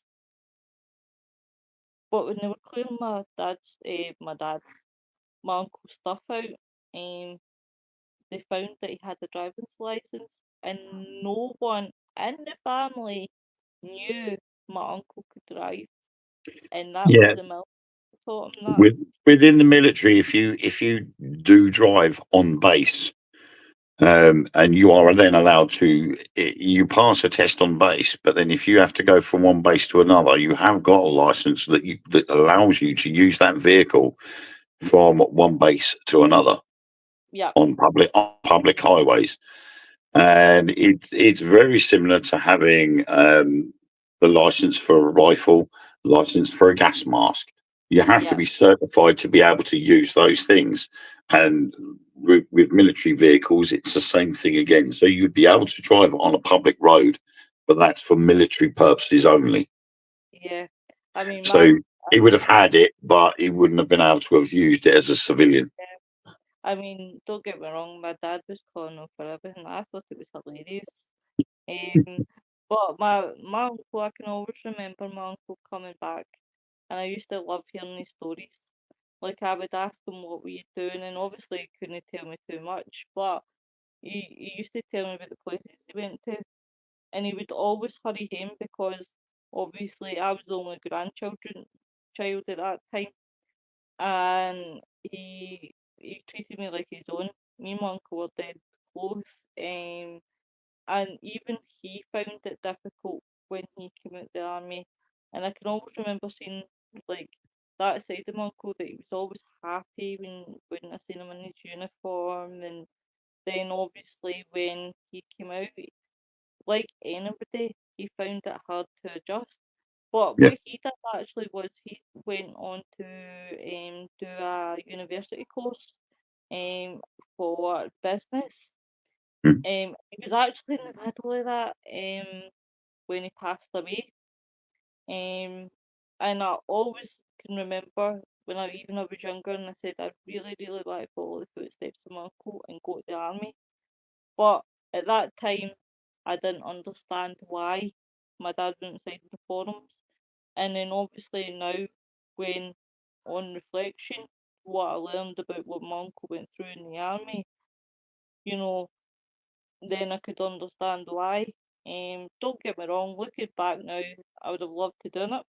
Yeah. Um, because I can totally believe the things that you get taught in the army. is wow.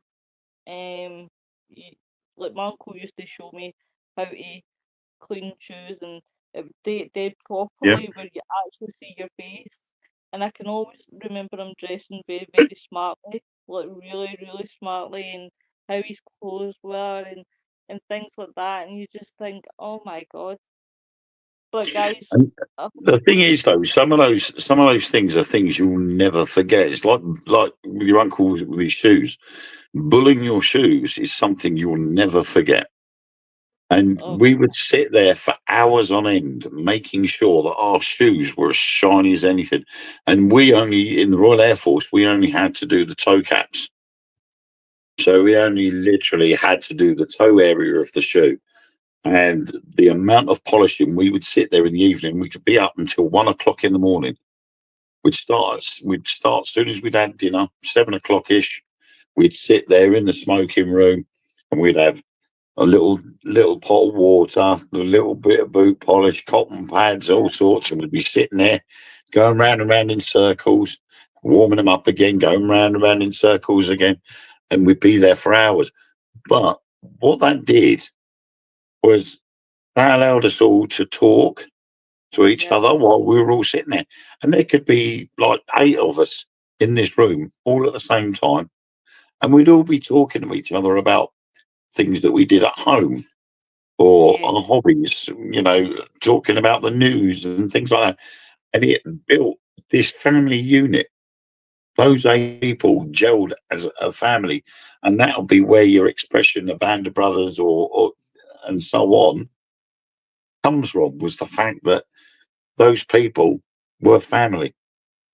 oh God, yeah. And it's they're things that you will never forget. And for years after I left the Royal Air Force, I was still bullying my shoes because it gave me something to do in my spare time.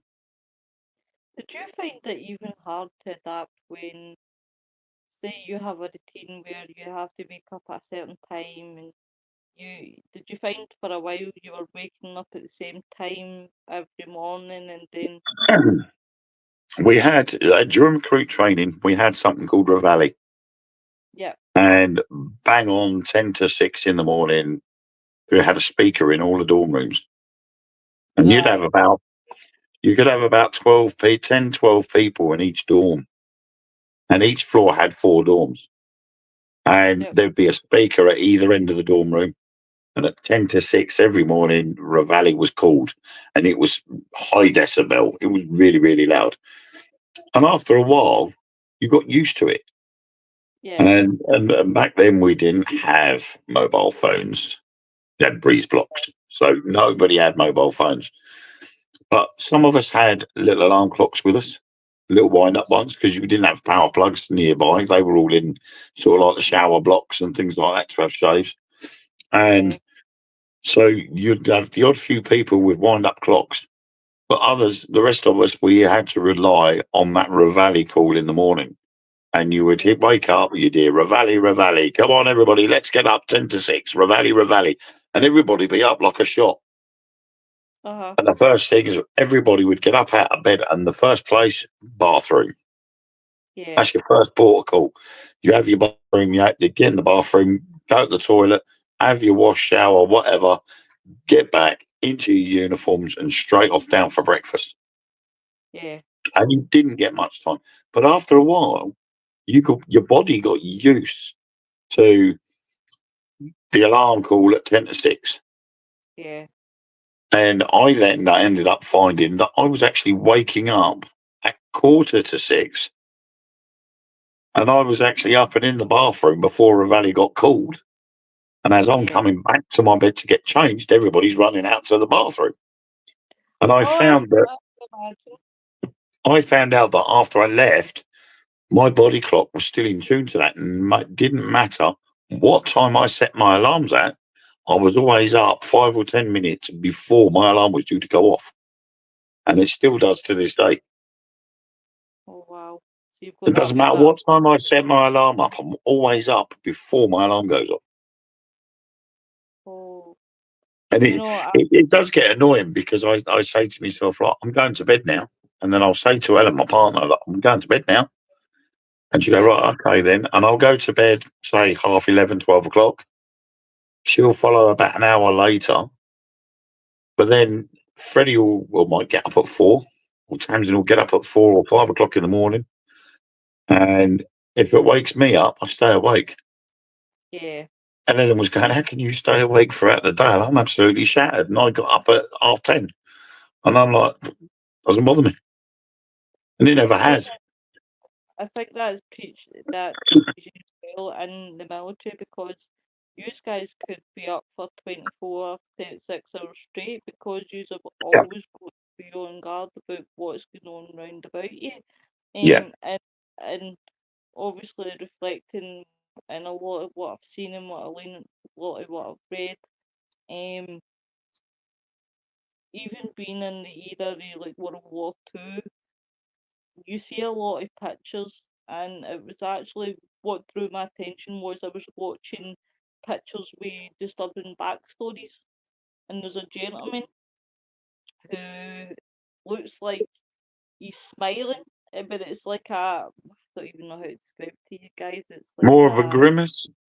it's like one of those ones that you think is insane sort of thing, but it turns out he's shell shocked, and Yeah. this was It's a forced smile, and basically. and it was so daunting to see, because you just felt, oh my god, you know, a lot of what you see in there. And again, you know, you get a lot of soldiers, I can only imagine, or people in the Navy or whatever, who have killed people, whether, that they were meaning to hit the target and they've missed and they've maybe hit a civilian by mistake, it happens all the time. And then you must get all that in your head, and then you think the only one way is out. So to anybody who is watching this, Wayne, that does feel that they're lost and thinks that there is no hope, what would you say to them, Wayne? I would say to them that they need to contact the various charities that there are for military out there, and whether it's UK, America, anywhere, there are charities that are linked to the military. I think the Royal Air Force has got about 3 or 4. And then you've got the Royal British Legion and Help for Heroes. You've got a lot of different charities out there. And it wouldn't take much to go onto the internet and search and come up with a list of all those different charities. But they will have, if they don't have their own people that can help, they certainly would have the details of people that can help and not charge for it. Yeah. But it's a case of, there are people out there that you can talk to. There is support there for you. And it's important that if you feel that that's what you need, then you need to go for it. Don't hold back.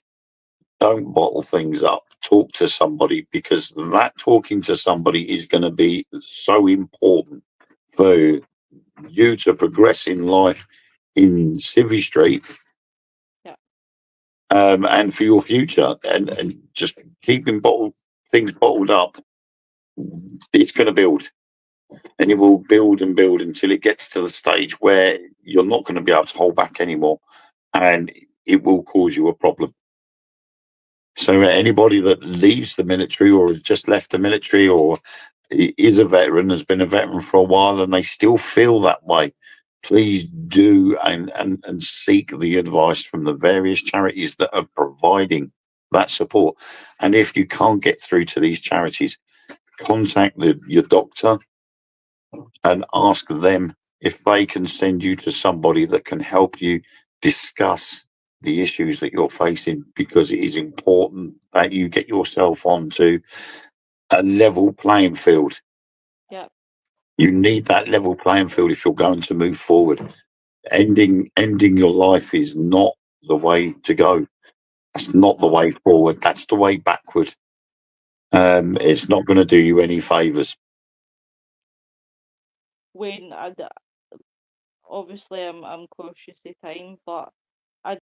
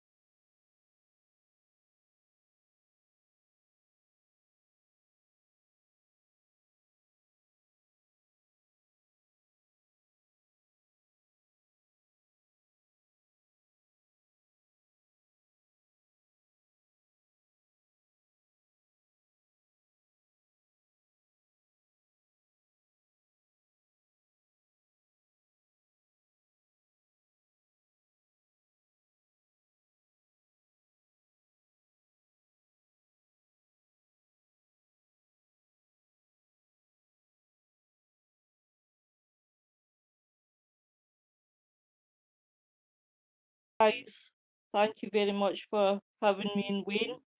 Zach, congratulations for everything that you do, and good luck on your 22-hour event. Now, from myself and Wayne, we will go. But everyone, take care, and we'll catch up with you soon. Bye, everyone. Bye bye, everybody. Bye.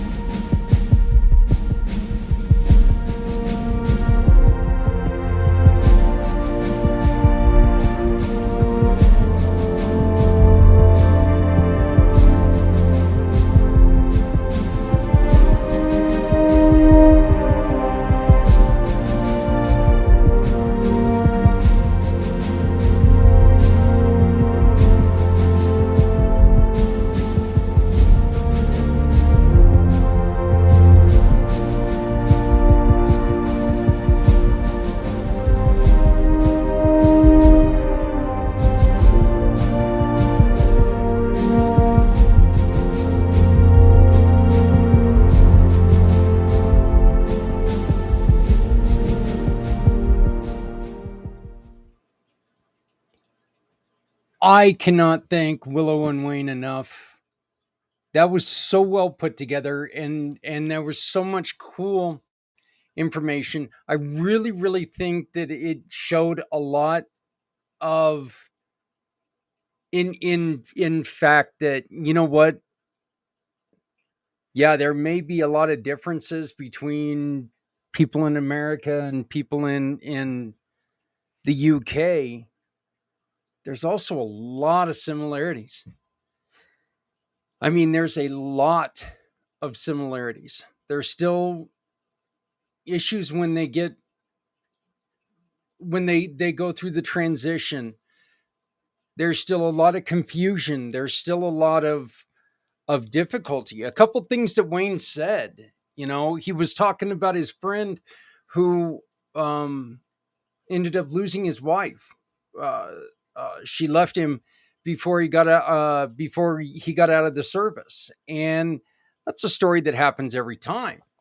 One of the things that you're going to hear later on when Adrian and Jan come on and join us is they say that every time that this person comes home, they have a brand new spouse. They don't know who's going to come home. They don't know. Well, let's be honest, there's a lot of times they don't know if they're going to come home.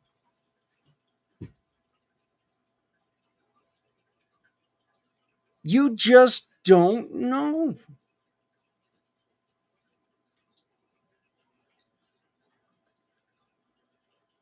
And I think that's hard for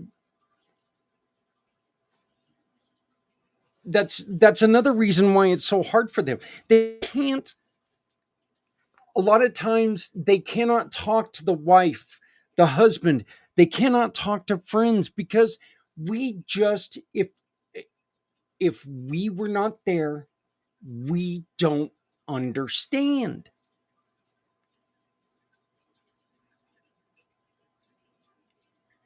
This is not the situation. Oh, I get what you're talking about.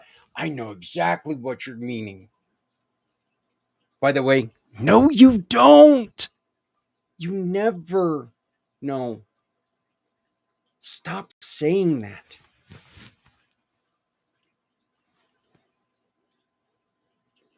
You may have an idea. You may have went through something similar.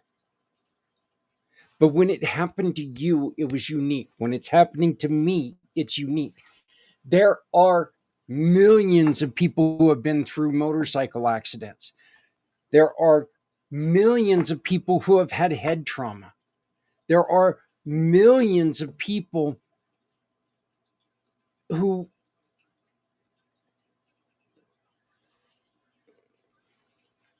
deal with TBI.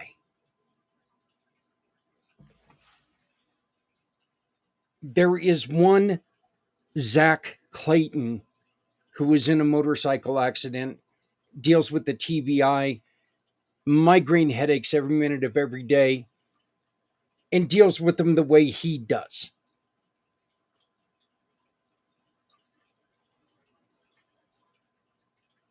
And the way I deal with them is going to be different than the way you would deal with them.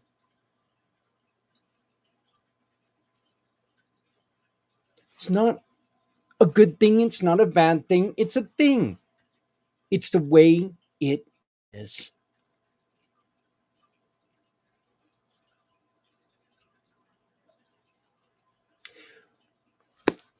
We've gotten through 2 hours, folks. Only 20 more to go. Again, thank you to Willow and Wayne. Wonderful show. I loved it. Thank you for your participation. I cannot thank you enough for supporting us and being here for us. I would also like to make sure that everybody understands that when you see this red QR code up here in the corner,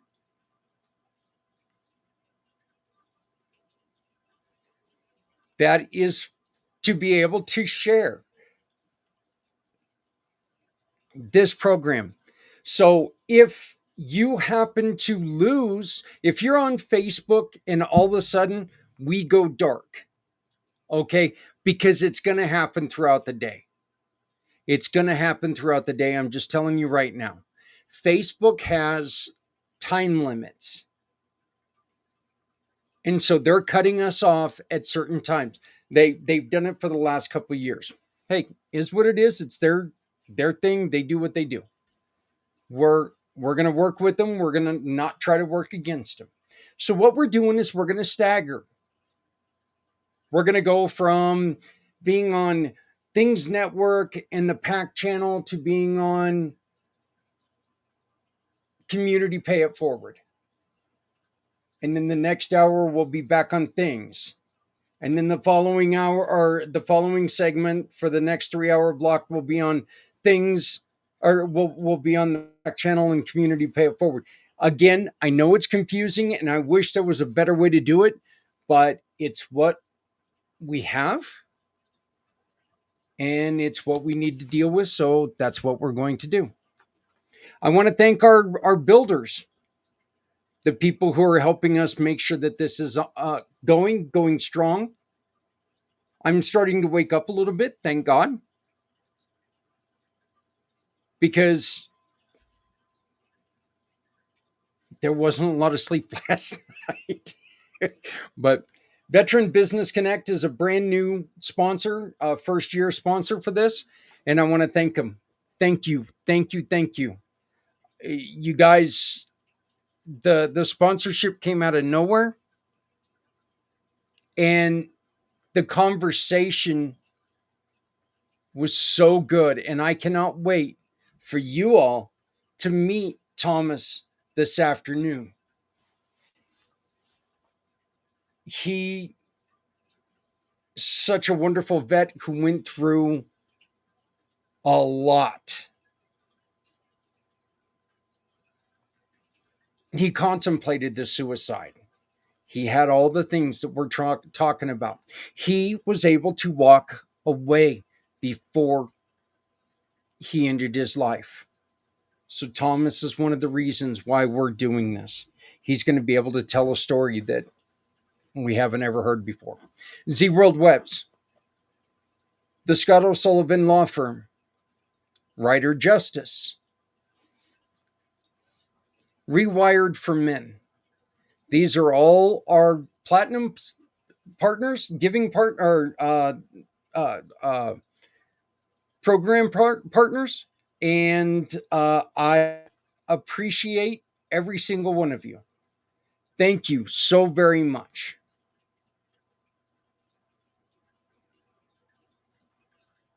This next little thing is hard for me. And I do apologize for some of the audio. We were having problem with the Wi-Fi there.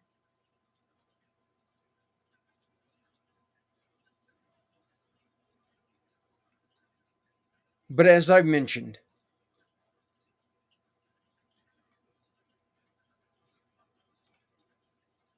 I am dedicating this show to my Uncle Barry, who I lost 3 weeks ago.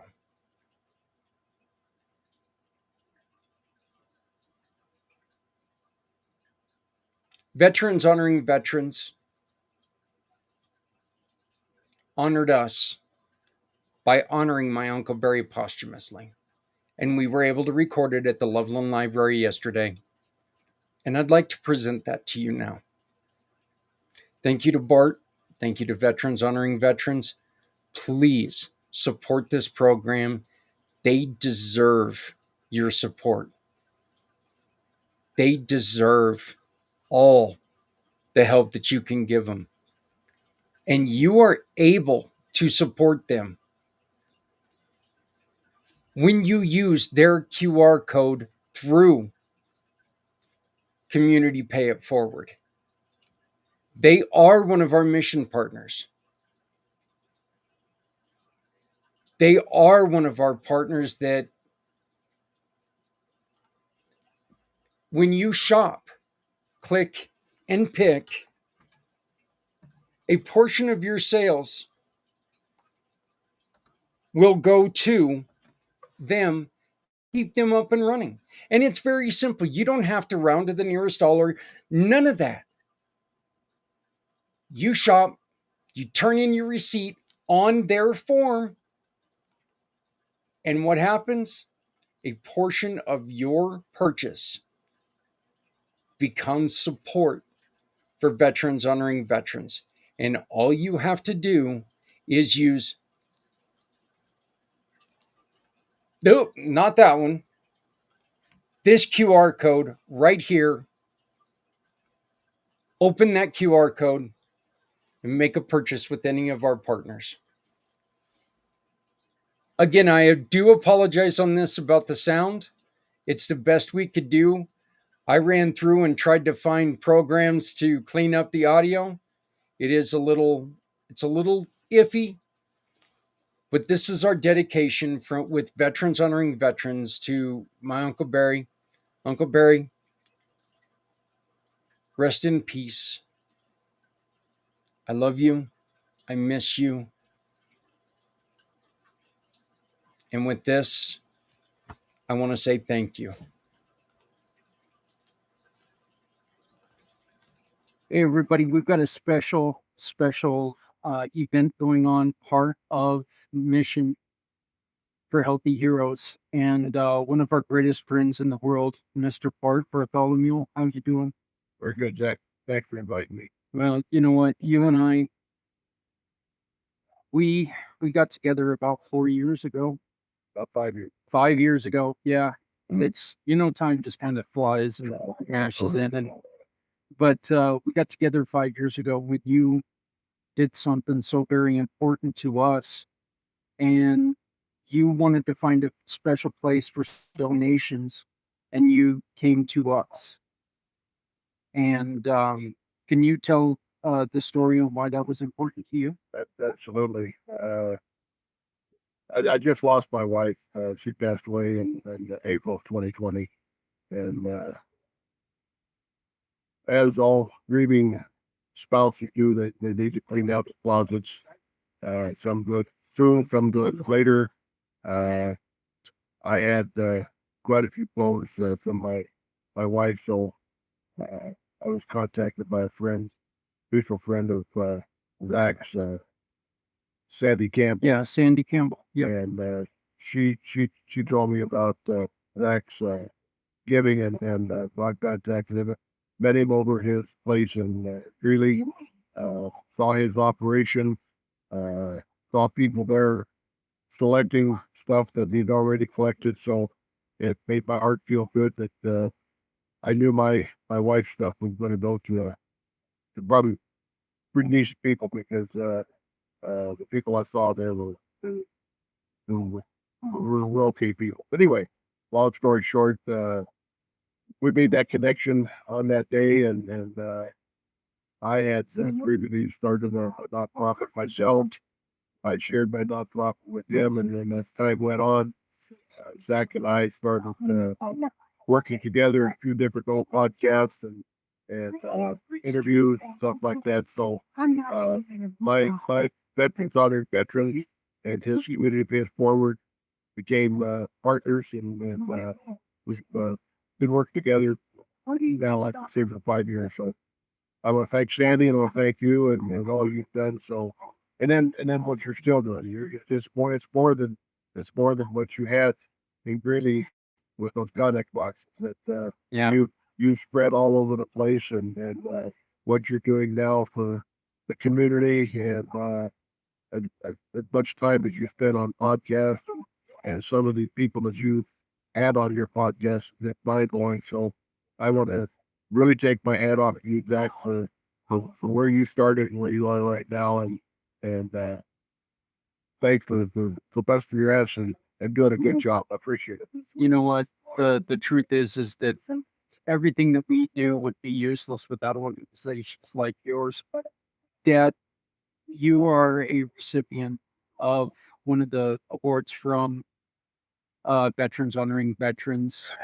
Can you maybe tell people a little bit about what you felt when you were issued this? Well, the statue itself, is detailed beautifully, really. So, just the idea that you can give recognition or, accomplishments that some people don't appreciate at all, and some people will, because they understand that that's our country, right? That's what makes us us. So it is nice to get that recognition. I mean, and it's even got, like, I was from Berlin, so it's got that Berlin. So it's personal. It's not just, it's just not a thing. It's personal. You even got the name on it. Anyway, it means a lot, and it's something very necessary to help heal some of our wounds. And that's what I think this can do. You're more than welcome. I'm honored to be. You know, let me ask you, so to you this part, but when you ever get that feeling that you see that when you get to look at it, or when you get to the end of veterans have to sit there and go, oh my God, somebody remembered that I did something more than myself. Well, he kind of hit on describe the structure and the detail of the structure. It's very well done. It reflects what they did when they were in service. That was a branch against the Army. And to hear him describe how it comes to get recognition after all the years he got out. And when he was out of the military, he was out of that was it. He had, and all of a sudden, somebody said, like yourself, said, hey, Dad, you got something kind of special. We'd like to have you come join us. but you got to really kind of have no idea until you saw it. And even though it's only a 10-inch, 15-inch little statue, it means a lot. Then when you start to uh, that actually change. The statue is great. You see your name, right? Your branch of service, and the army had when you live, and this goes to everybody. That's what by the first place the same way. That just is the satisfaction and the making you feel like, wow, I did well. So, but no, it means so much. For the very second of it, to never want to hear that. We do on every month at a restaurant, and we did the analogy, and it was a fundraiser that was and it was project that uh, it was something that I invited to, and I talked about, hey, how we could maybe get some of the veterans, the local veterans and statues. So we added, and it turned out to be a pretty good event. There's a lot of people there that got to see how you reacted to the statue, and I think we did a caution. Yes, I was just going to talk to Mom about that. You accept the one in which this is very special to me, part because you're going to do it again for us. You're going to do it again for this family sitting in front of you. When we did the one, we had just lost a pound of milk. And we were able to put Uncle Bill's information. The ship that he spent time on the most. We were able to be with the family, and we were able to make this personalized because we were able to put the information on there. That, maybe it's not something that people talk about, but it's something we should talk about. I mean, it's good to know. Well, it is, and your army it's just like a Navy.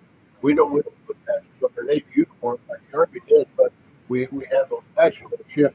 Each one has a special patch, and we might have that patch sitting in a pile of stuff at home.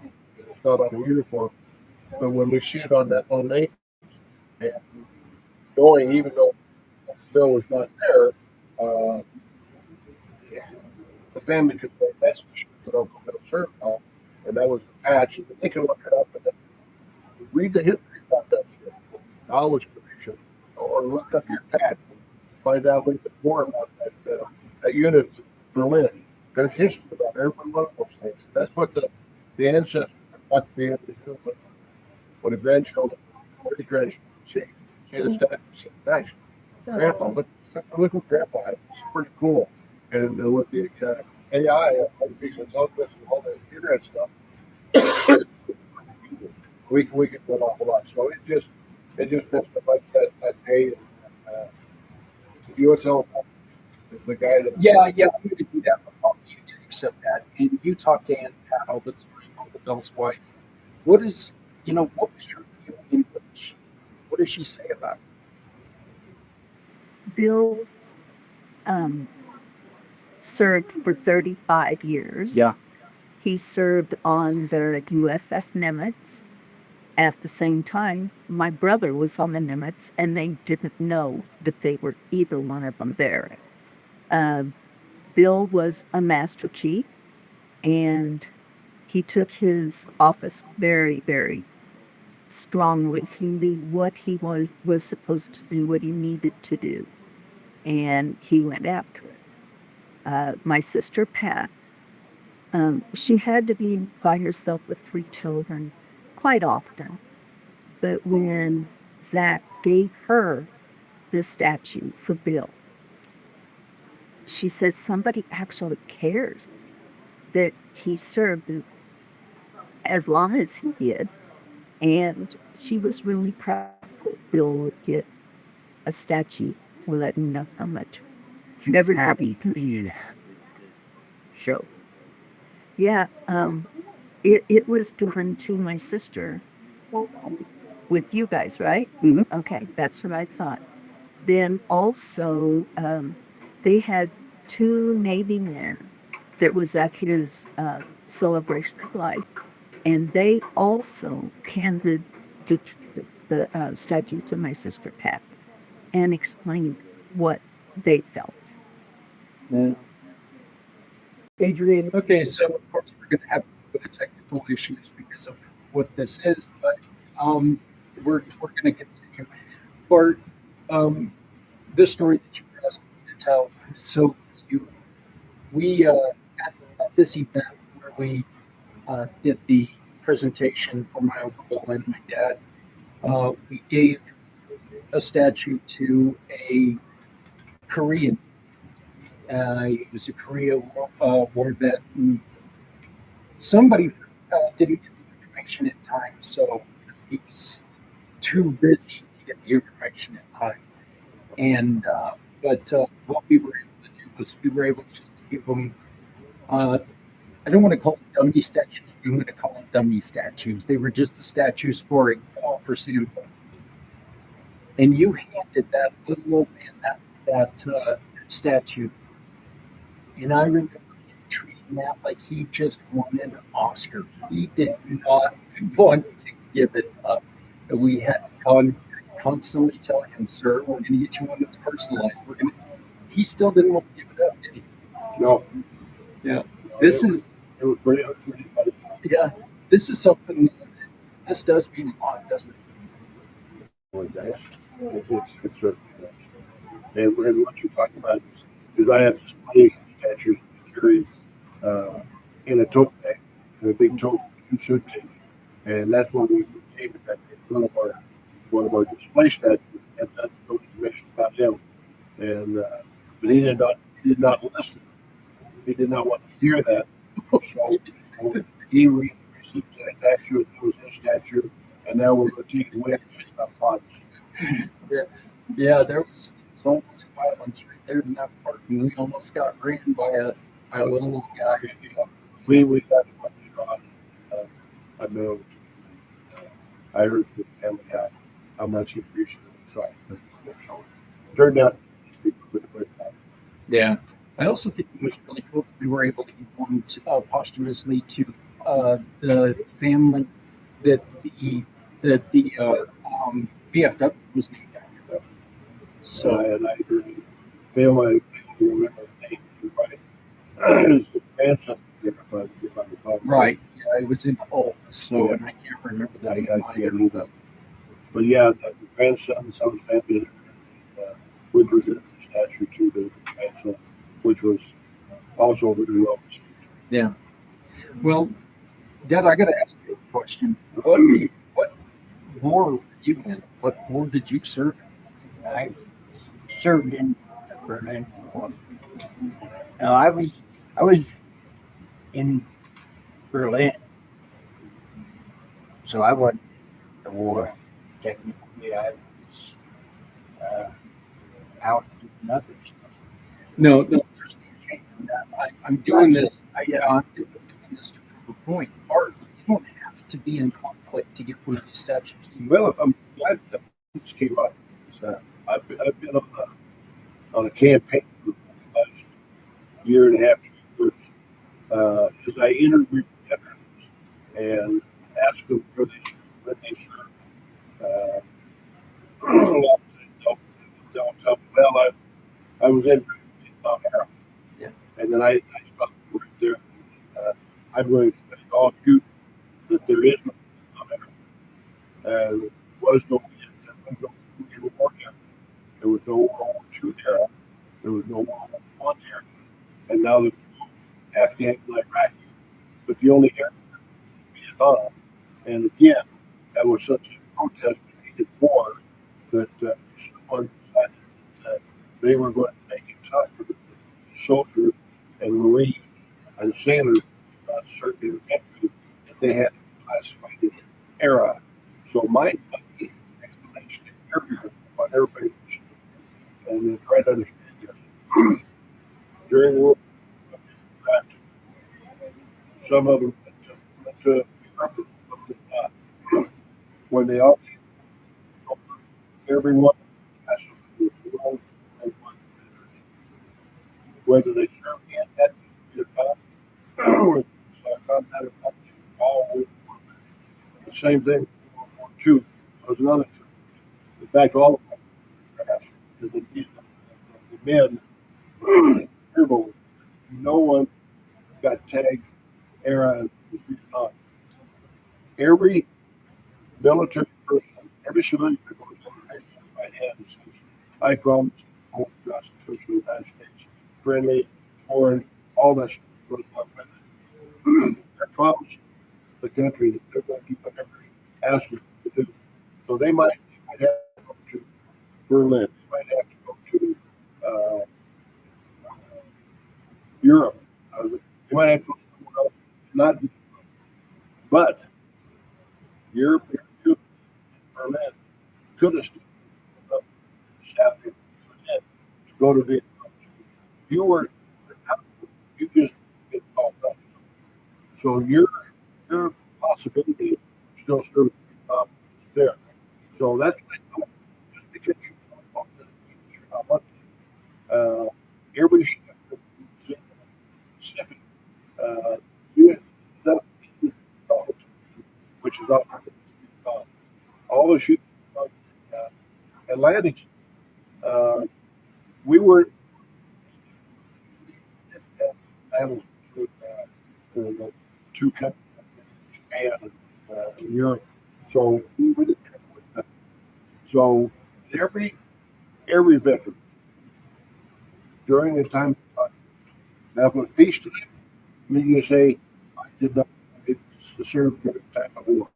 I was in between wars, and that's perfectly fine. But if you was in during that conflict and you were in the 70s, it wasn't over until 75, so you was in Vietnam, so you were in Vietnam. Now, one thing I mean, we were in Berlin, right? And truthfully, because we were surrounded by other people, the time that they thought the vehicle would stand about 15 minutes. So really, it's not like we weren't major. And plus, we had that mostly mine operating gang that was blowing up NCOs in Germany at that time. We even had some in our building academy, you know. So, you know, it's not like, you know, you're not served. And I brought that up because you had conflicts. Yeah. You had situations. You know what? No, You was war. You had a situation where you had to yourself and the people around you. So thanks for bringing that up. That's really important. Well, and the truth about all of this is that, you know what, they wouldn't have acted as a team without what my father was doing in a different area. Took every soldier that were reading, every sailor to help protect the world. Yeah, and every family member Right. Oh, yeah. behind you, right? Yeah. Because Lola was there, and back when we were before, we would have got, you know, overran in 15 minutes on the beach. Yep. And he, you know, it's something. Well, we've come to the time that I've been thinking about how this was going to happen for quite a while. And as many of you know who are regulars to any of my shows, my family had a very, very difficult loss just recently. He did have 2 tours in Vietnam, and his service, him being around some of the chemicals that they were using in the service, finally caught up and cost him his life just a little over 3 weeks ago. And Bart, again, I asked you to honor him. My Uncle Barry did grow up in Otis, Colorado, right next to my father. And I was going to take this statue. I was going to accept this statue, but I thought better that, would you do me the honor of presenting my parents with my Uncle Barry's statue? It would be my honor.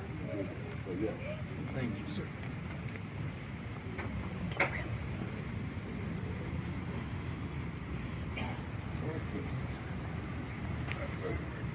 I kneel down, I'm probably have that problem. We know that. So what we have here, I'm going to show it to the camera first. We have a Marine Corps statue, and we have a Marine Corps statue, and similar to yours, how it's designed and how it's detailed. It's just it's immaculate. At the bottom on the nameplate, it's got the Marine Corps emblem on the left-hand side, and it's got PFC, which stands for Private First Class Terry Clayton, United States Marines, 1965 to 1969, Vietnam, and then on the bottom of it's got the 3 Vietnam ribbons. It's got the defense ribbon, it's got the Vietnam campaign ribbon, but it's also got the Vietnam service ribbon. And on the right-hand side, which was actually did 2 tours, he was injured, and he received the Purple Heart. And besides the Purple Heart, I did self-tax, and I was going to put the Vietnam campaign ribbon and a medal on there as well. So this is what Barry's statue looks like, or that's his nameplate. And on behalf of veterans, honored veterans, I would like to present this posthumously for your brother, Barry. Thank you. Barry was always a fighter. He did Marine. He was a Marine, but I mean, even in high school, he'd go run up mountains, and, I couldn't go across the street. But he was a Marine and patriot. And after he got out of the Army, Marine, he still was a patriot because he still loved his country, he still loved his flag, he still loved the world. But he still was a patriot, and he wanted people to recognize how important people like him were. He had a job, from what I understand, in Nam, where he had to be in the back line and stuff like that. And I can just imagine they had the right guy driving them. Anyway, I want to thank you for Barry, because he's been my hero for a long time. Perfect. My dear friend, You are the welcome. Thanks and thanks. that means so much to me that you've been a part of what we've done at Community Pay It Forward here on mission to help the heroes. And I want to tell you that there is nobody that deserves more thanks than you do when it comes to it, because this really does mean so much. And you've said it before that we just offer a silly little statue, and I've had to correct you once or twice and say you're really giving back the memory of service, and I want to thank you, my. Introducing Shop, Click, and Pick, the simplest way to support those doing good in communities everywhere. We understand that shopping is a necessity, but with a slight adjustment, you can make a huge difference without spending any extra money. Here's how it works. Please visit communitypayitforward.us and navigate to the Find Your Partners tab. Discover our verified giving partners, which are trusted allies ready to meet your needs. Shop with any of the partners that resonate with you. Click a picture of the receipt or invoice, then pick the mission partner you wish to support and use their QR code to send the receipt directly to us. After that, all you have to do is sit back and enjoy your purchases, knowing that you've made a meaningful change for someone in need. Community Pay It Forward amplifies your business's impact by sharing the story of those who require your services, rallying support for those who need us all. Because no one needs to go it alone when we all come together. That was just about harder for me to watch the second time than it was actually being there. When we did it yesterday, you know, yeah, the realization,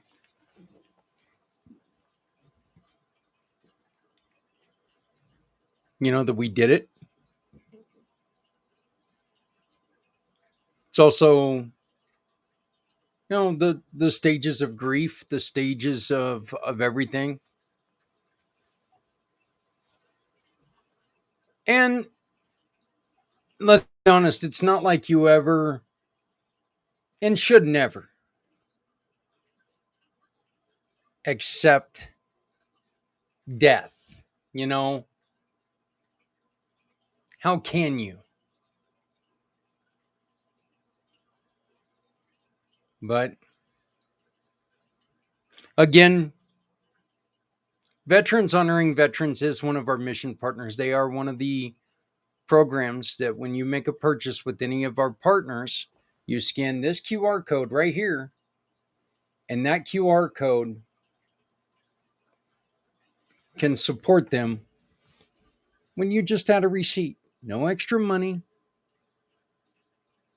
We're not asking you to join our cult.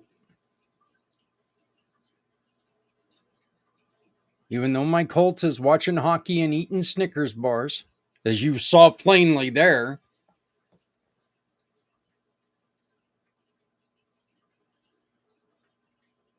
All we want to do is support people when you shop.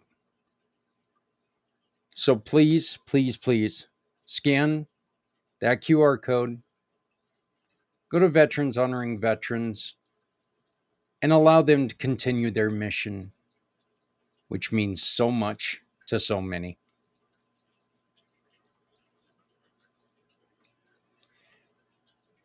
You can share what we're doing right now with your circle by scanning this QR code. When you scan this QR code, it will take you to the website, communitypayitforward.us. When you go to that website, just simply copy the link and share it to all of your friends.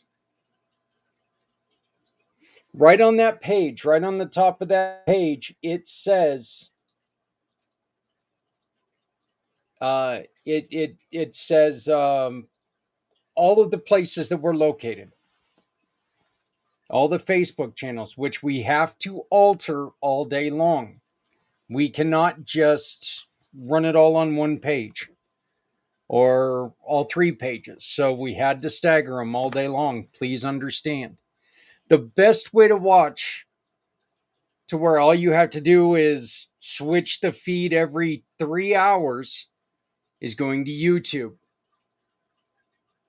Going to the 2-Pack Channel YouTube channels, or going to Things Network. Just go in there and it's small p ACT, Podcasting for All Coming Together, or go to Capital Things Network and you're going to be able to find us. You can also go to Things Network's Twitch channel, or you can go to my personal LinkedIn. Maybe I wasn't able to find us live there, but the personal LinkedIn is Zach, Z-A-K, Clayton, C-L-A-Y-T-O-N, Lion, L-I-O-N. So just go to any of those and you can watch uninterrupted. But if you need to go to the Facebook pages, please understand we have to stagger them throughout the day. Joining us right now is a very, very special individual. And I mean special in a good way, not special as in, he's kind of special. So, great friend. And if you would have told me when I was growing up that I was going to be really good friends with this man, I think I would have been a happy guy, happy kid. So, and to think people were trying to tell me he wasn't real. Well, I can prove to you he's real. Everybody, welcome Santa Claus. Papa John, Santa, where the hell? Where did I go? You were I here a just minute went to ago. change. I went to change a setting, and can you hear me? I can hear you, Well, but what the heck? Hang on. but it, Hang it's on. it's it's almost like Bigfoot. You know, we know you exist, but now we can't see you at all. Well, that original setting. There There you we go. Oh, look at that! You're in a spooky forest. That kind of works I'm with in the Things spooky Network. forest. So, Good morning, young man. How are you, and how goes the battle so far? hey, you know what? We're 2.5 hours in, and I feel like we're about 2.5 hours in. There you go. There you So go. it could be a lot worse. Um, as I said when I first came on air, you know that those times when you get like that 4 hour power nap and you wake up and you're refreshed, you're ready to go. It's better than an 8 to 10 hour sleep, right? Oh, sometimes. Yeah, that To wasn't last night. Yeah, yeah. I went to bed early as well. We watched the movie. We finally watched the red one with the Rock, Oh, and okay, yeah. finally got a chance to watch it, and it was put together well, and it threw some interesting tidbits into the Santa story. So we appreciated that, and then we said, well, we'll go to bed. And I had a power nap for about 45 minutes, and then I went, bing. Yeah. Okay, yep. Yeah. Heat was on, and it was a little warm, and we forgot to turn the thermostat down, and then all of a sudden it was like, it's warm in here. Like, what the frick? And then well, might as well get up and, do the bathroom run and have a drink of water. And so you can go again.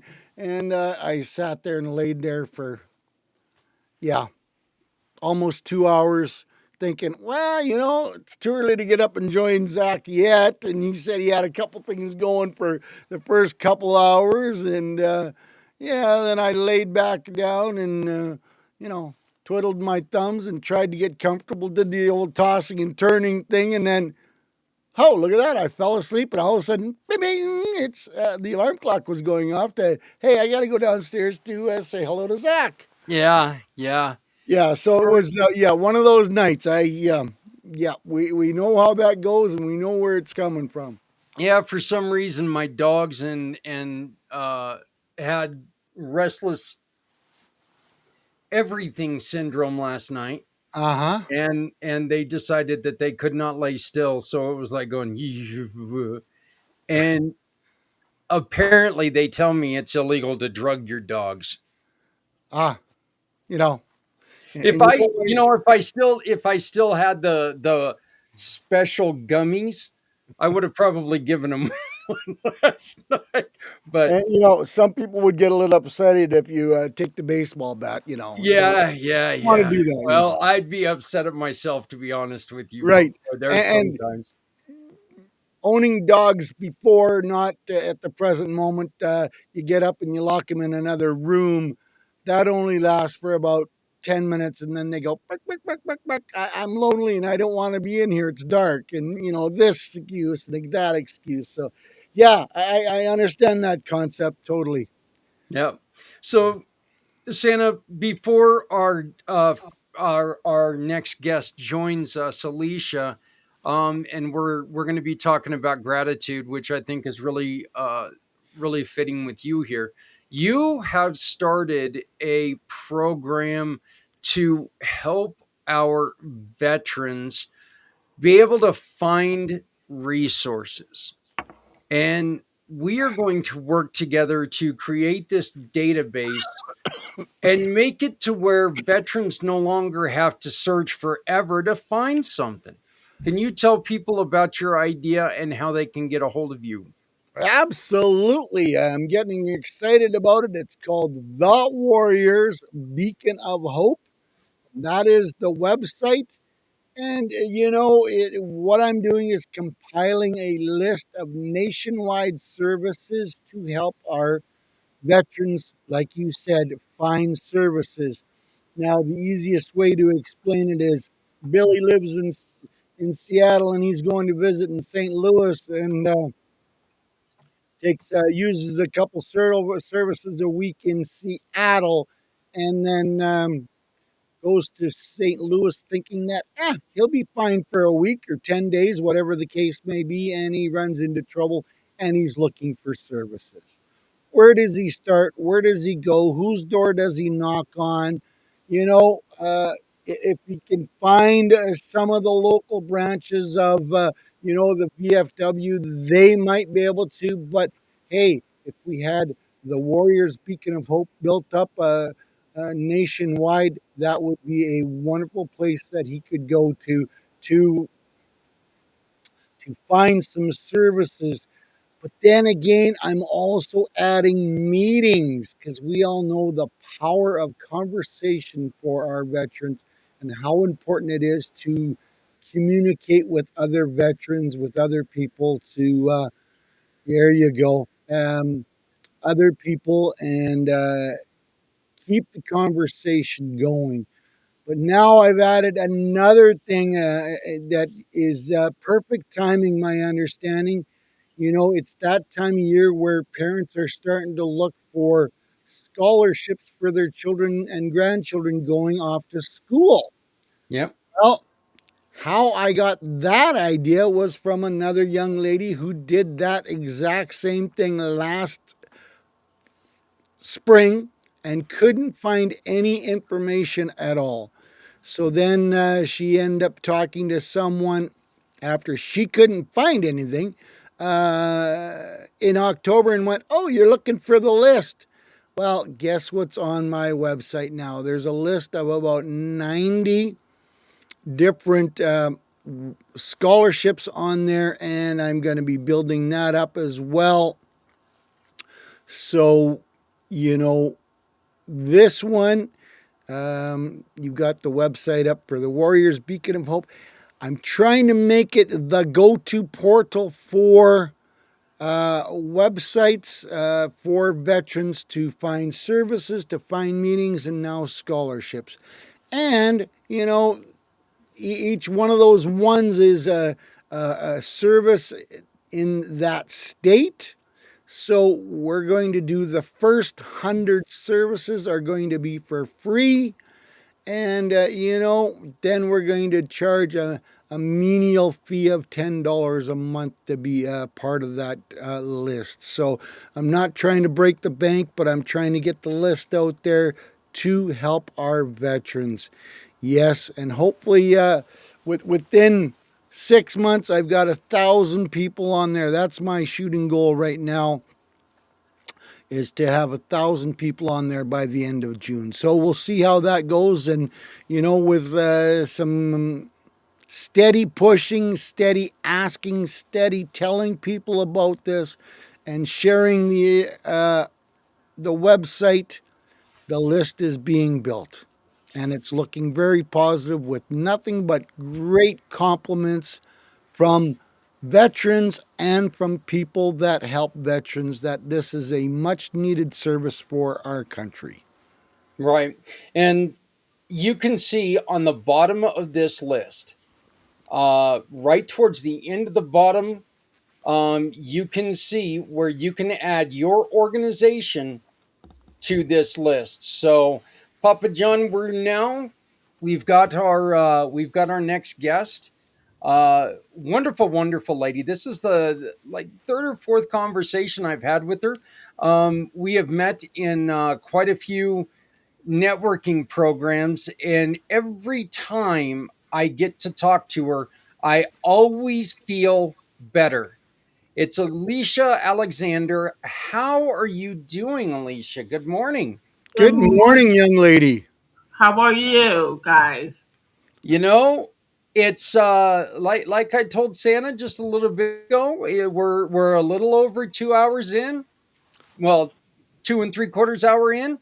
We're doing good. Still awake. I might have to Tom and Jerry it here in a little bit and put the toothpicks in my eyelids to keep them open. But you know what? We're gonna work with it. So, Alicia, you have a very, very uh, pointed focus. Can you tell us about it, please? Yes, I am so excited to be here. I wrote in a anthology a chapter called "The Power to Forgive Through Faith," and I would love to share with you, gentlemen, in your audience. Yeah, please.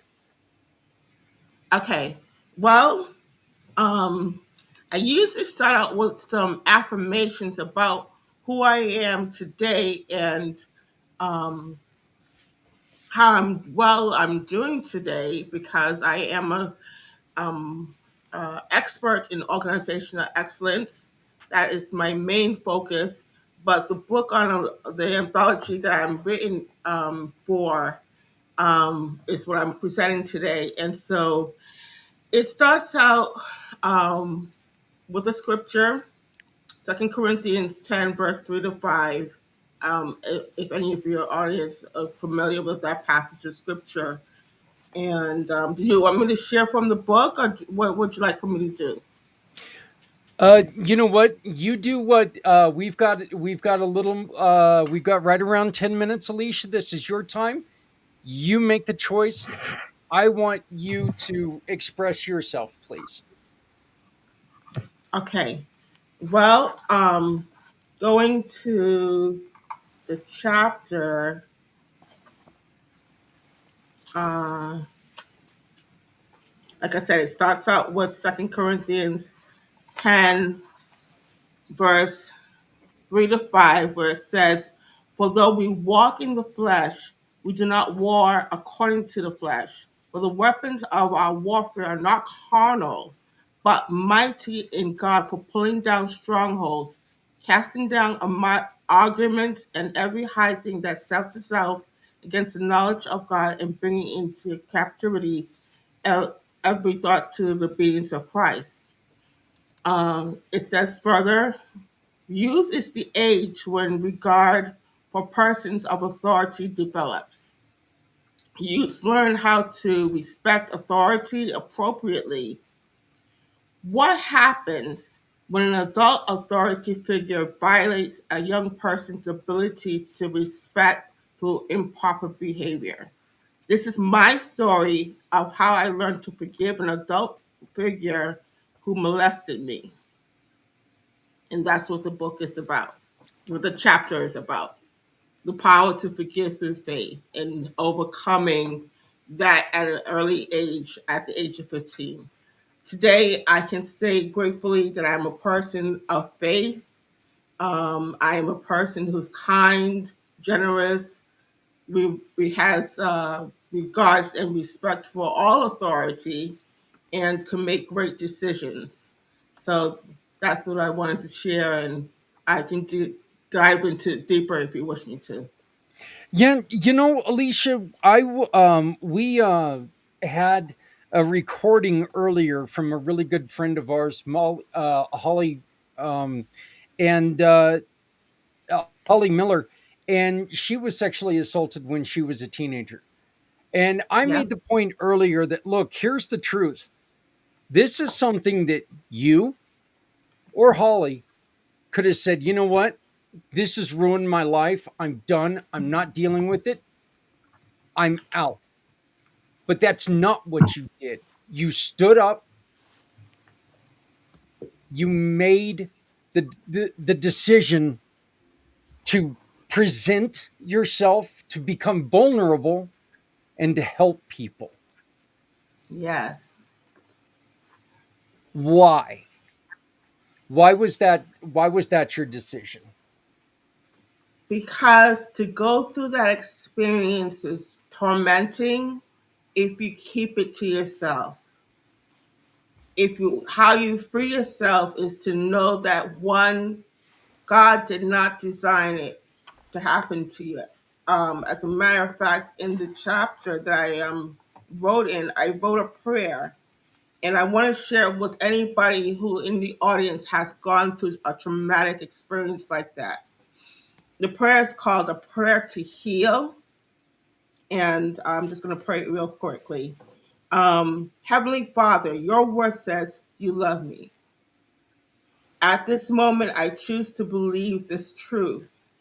I believe in my heart and I confess with my mouth. I believe, God, you love me and you do not want me to hurt anymore or experience pain any longer. I hand you every pain and hurt now. Thank you that you heal me and remove everything that is not love from me.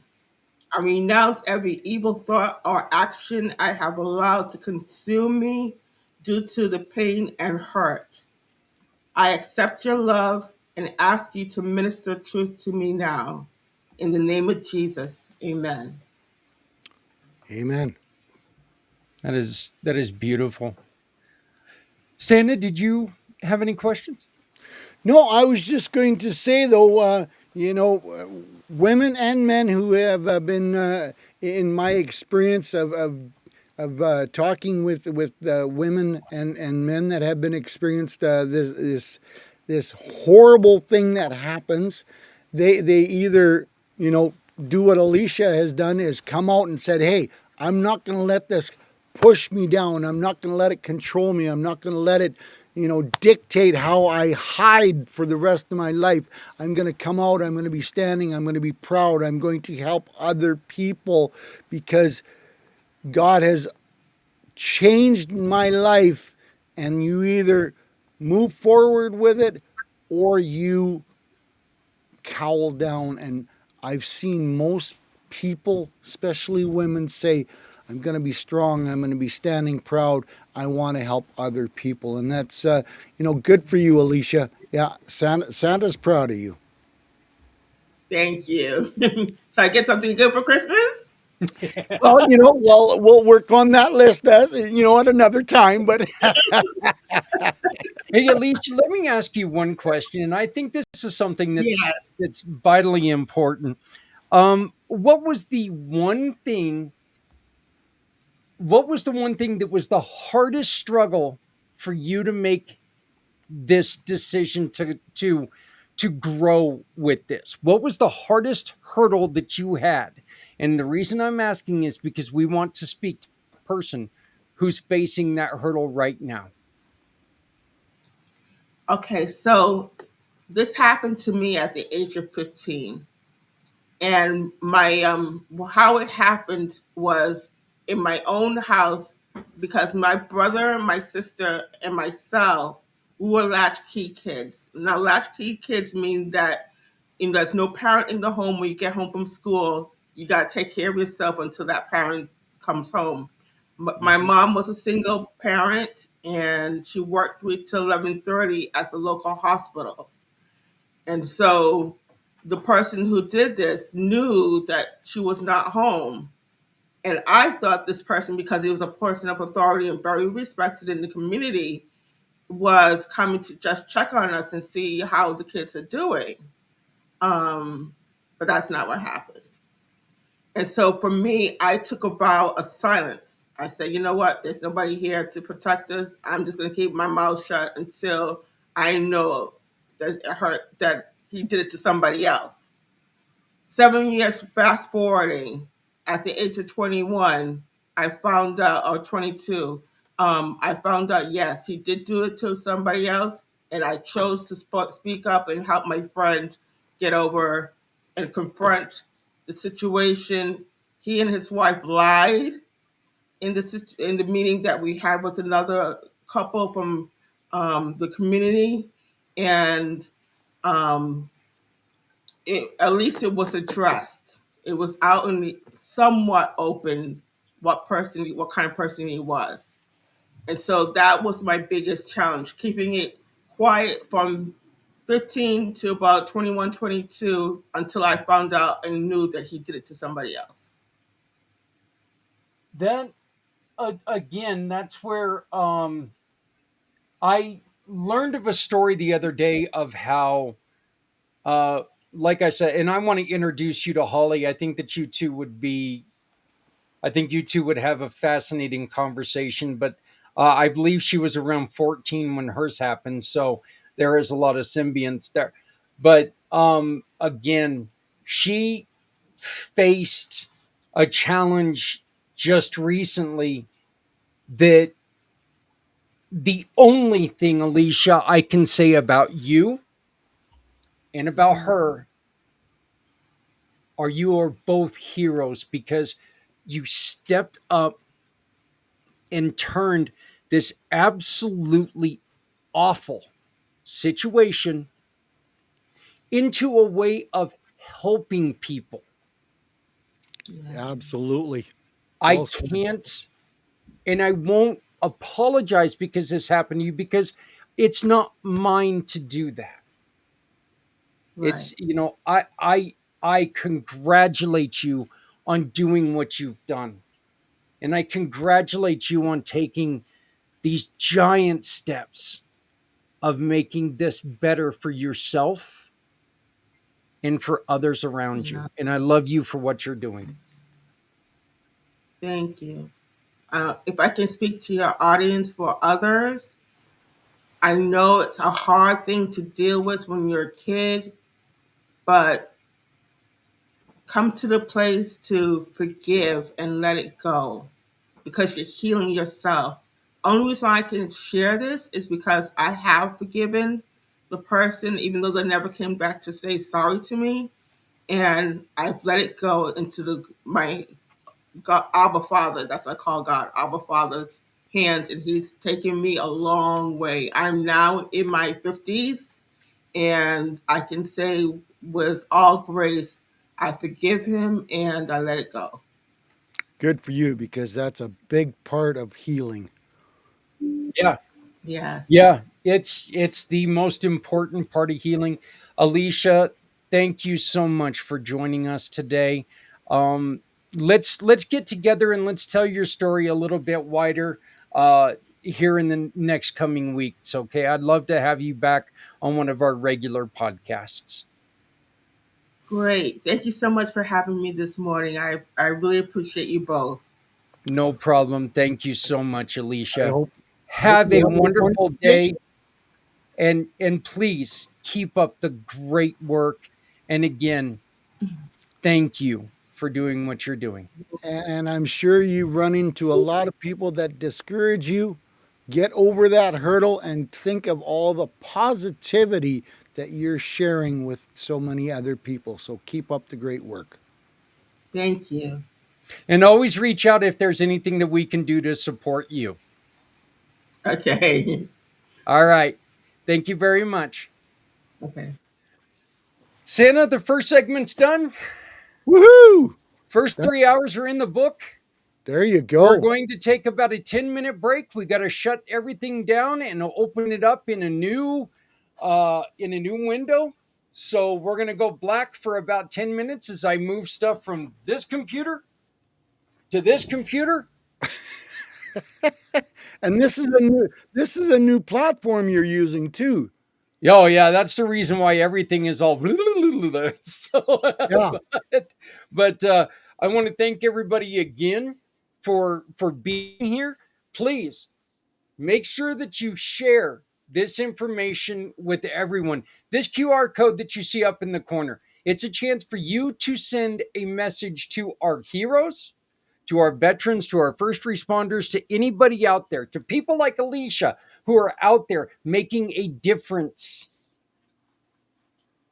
who went through things that could have destroyed them, who go through things every day that could cost them everything. But they Absolutely. come out and they support other people. Come on, scan this QR code, leave a message. If you leave a donation, that would be great. If you are a company and you have a donation to leave, let us know about it.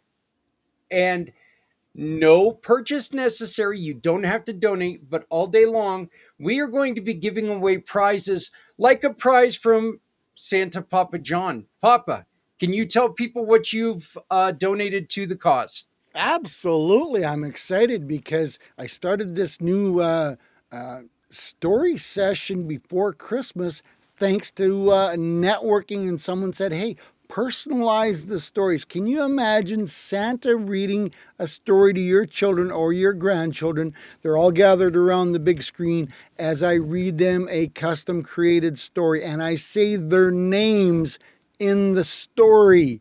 Yes, talk about creating a family memory, a wonderful memory for the children. So I have donated one of my stories to help with this wonderful mission that Zach is on, and I'm proud to be part of it. So, yes, they will be. I'm not sure how you're going to do it, but whether we're going to have bids on it, I never did discuss that with you, but that's your choice and that's your option. So, if you want a custom created story from Santa, get a hold of me, get a hold of Zach, and he'll be able to get my information to you. But I've donated one story worth $100 to this wonderful cause to help raise some funds for our veterans and for Zach so he can keep the lights on, so he can do more things like this, ladies and gentlemen. So reach out to Zach or myself, and let's get a custom created story for you so we can, we can share some memories. And of course, I did quite a few of them before Christmas, and it was funny, Zach. I got talking to some of the parents after they showed it, and the kids said, "Mommy, mommy, daddy, daddy, play it again because Santa said my name." Yeah. You Yeah. know, and that's what it's all about, folks. It's those, because children are so honest, they are so brutal. They say what they want, and there's no filters on children. So, what a great family memory for your family. So let's move forward, and we'll get that donated off to someone later on, and we're gonna have a lot of fun because creating happy, joyful, positive memories for families is a plus for everybody.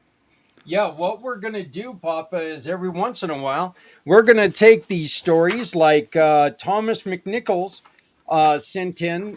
He used the QR code. He gave us a message that he wants us to send out with people.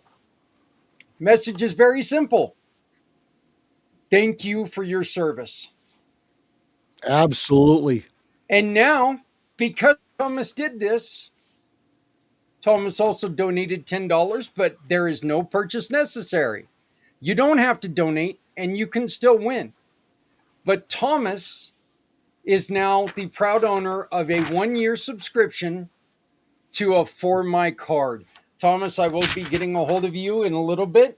If you want to win a prize like Thomas has, scan the QR code, tell us a story, and please join us again here in 10 minutes, right here for Mission for Healthy Heroes. I appreciate you being here. I thank you for being here. And I appreciate the support more than you will ever, ever know. Woohoo!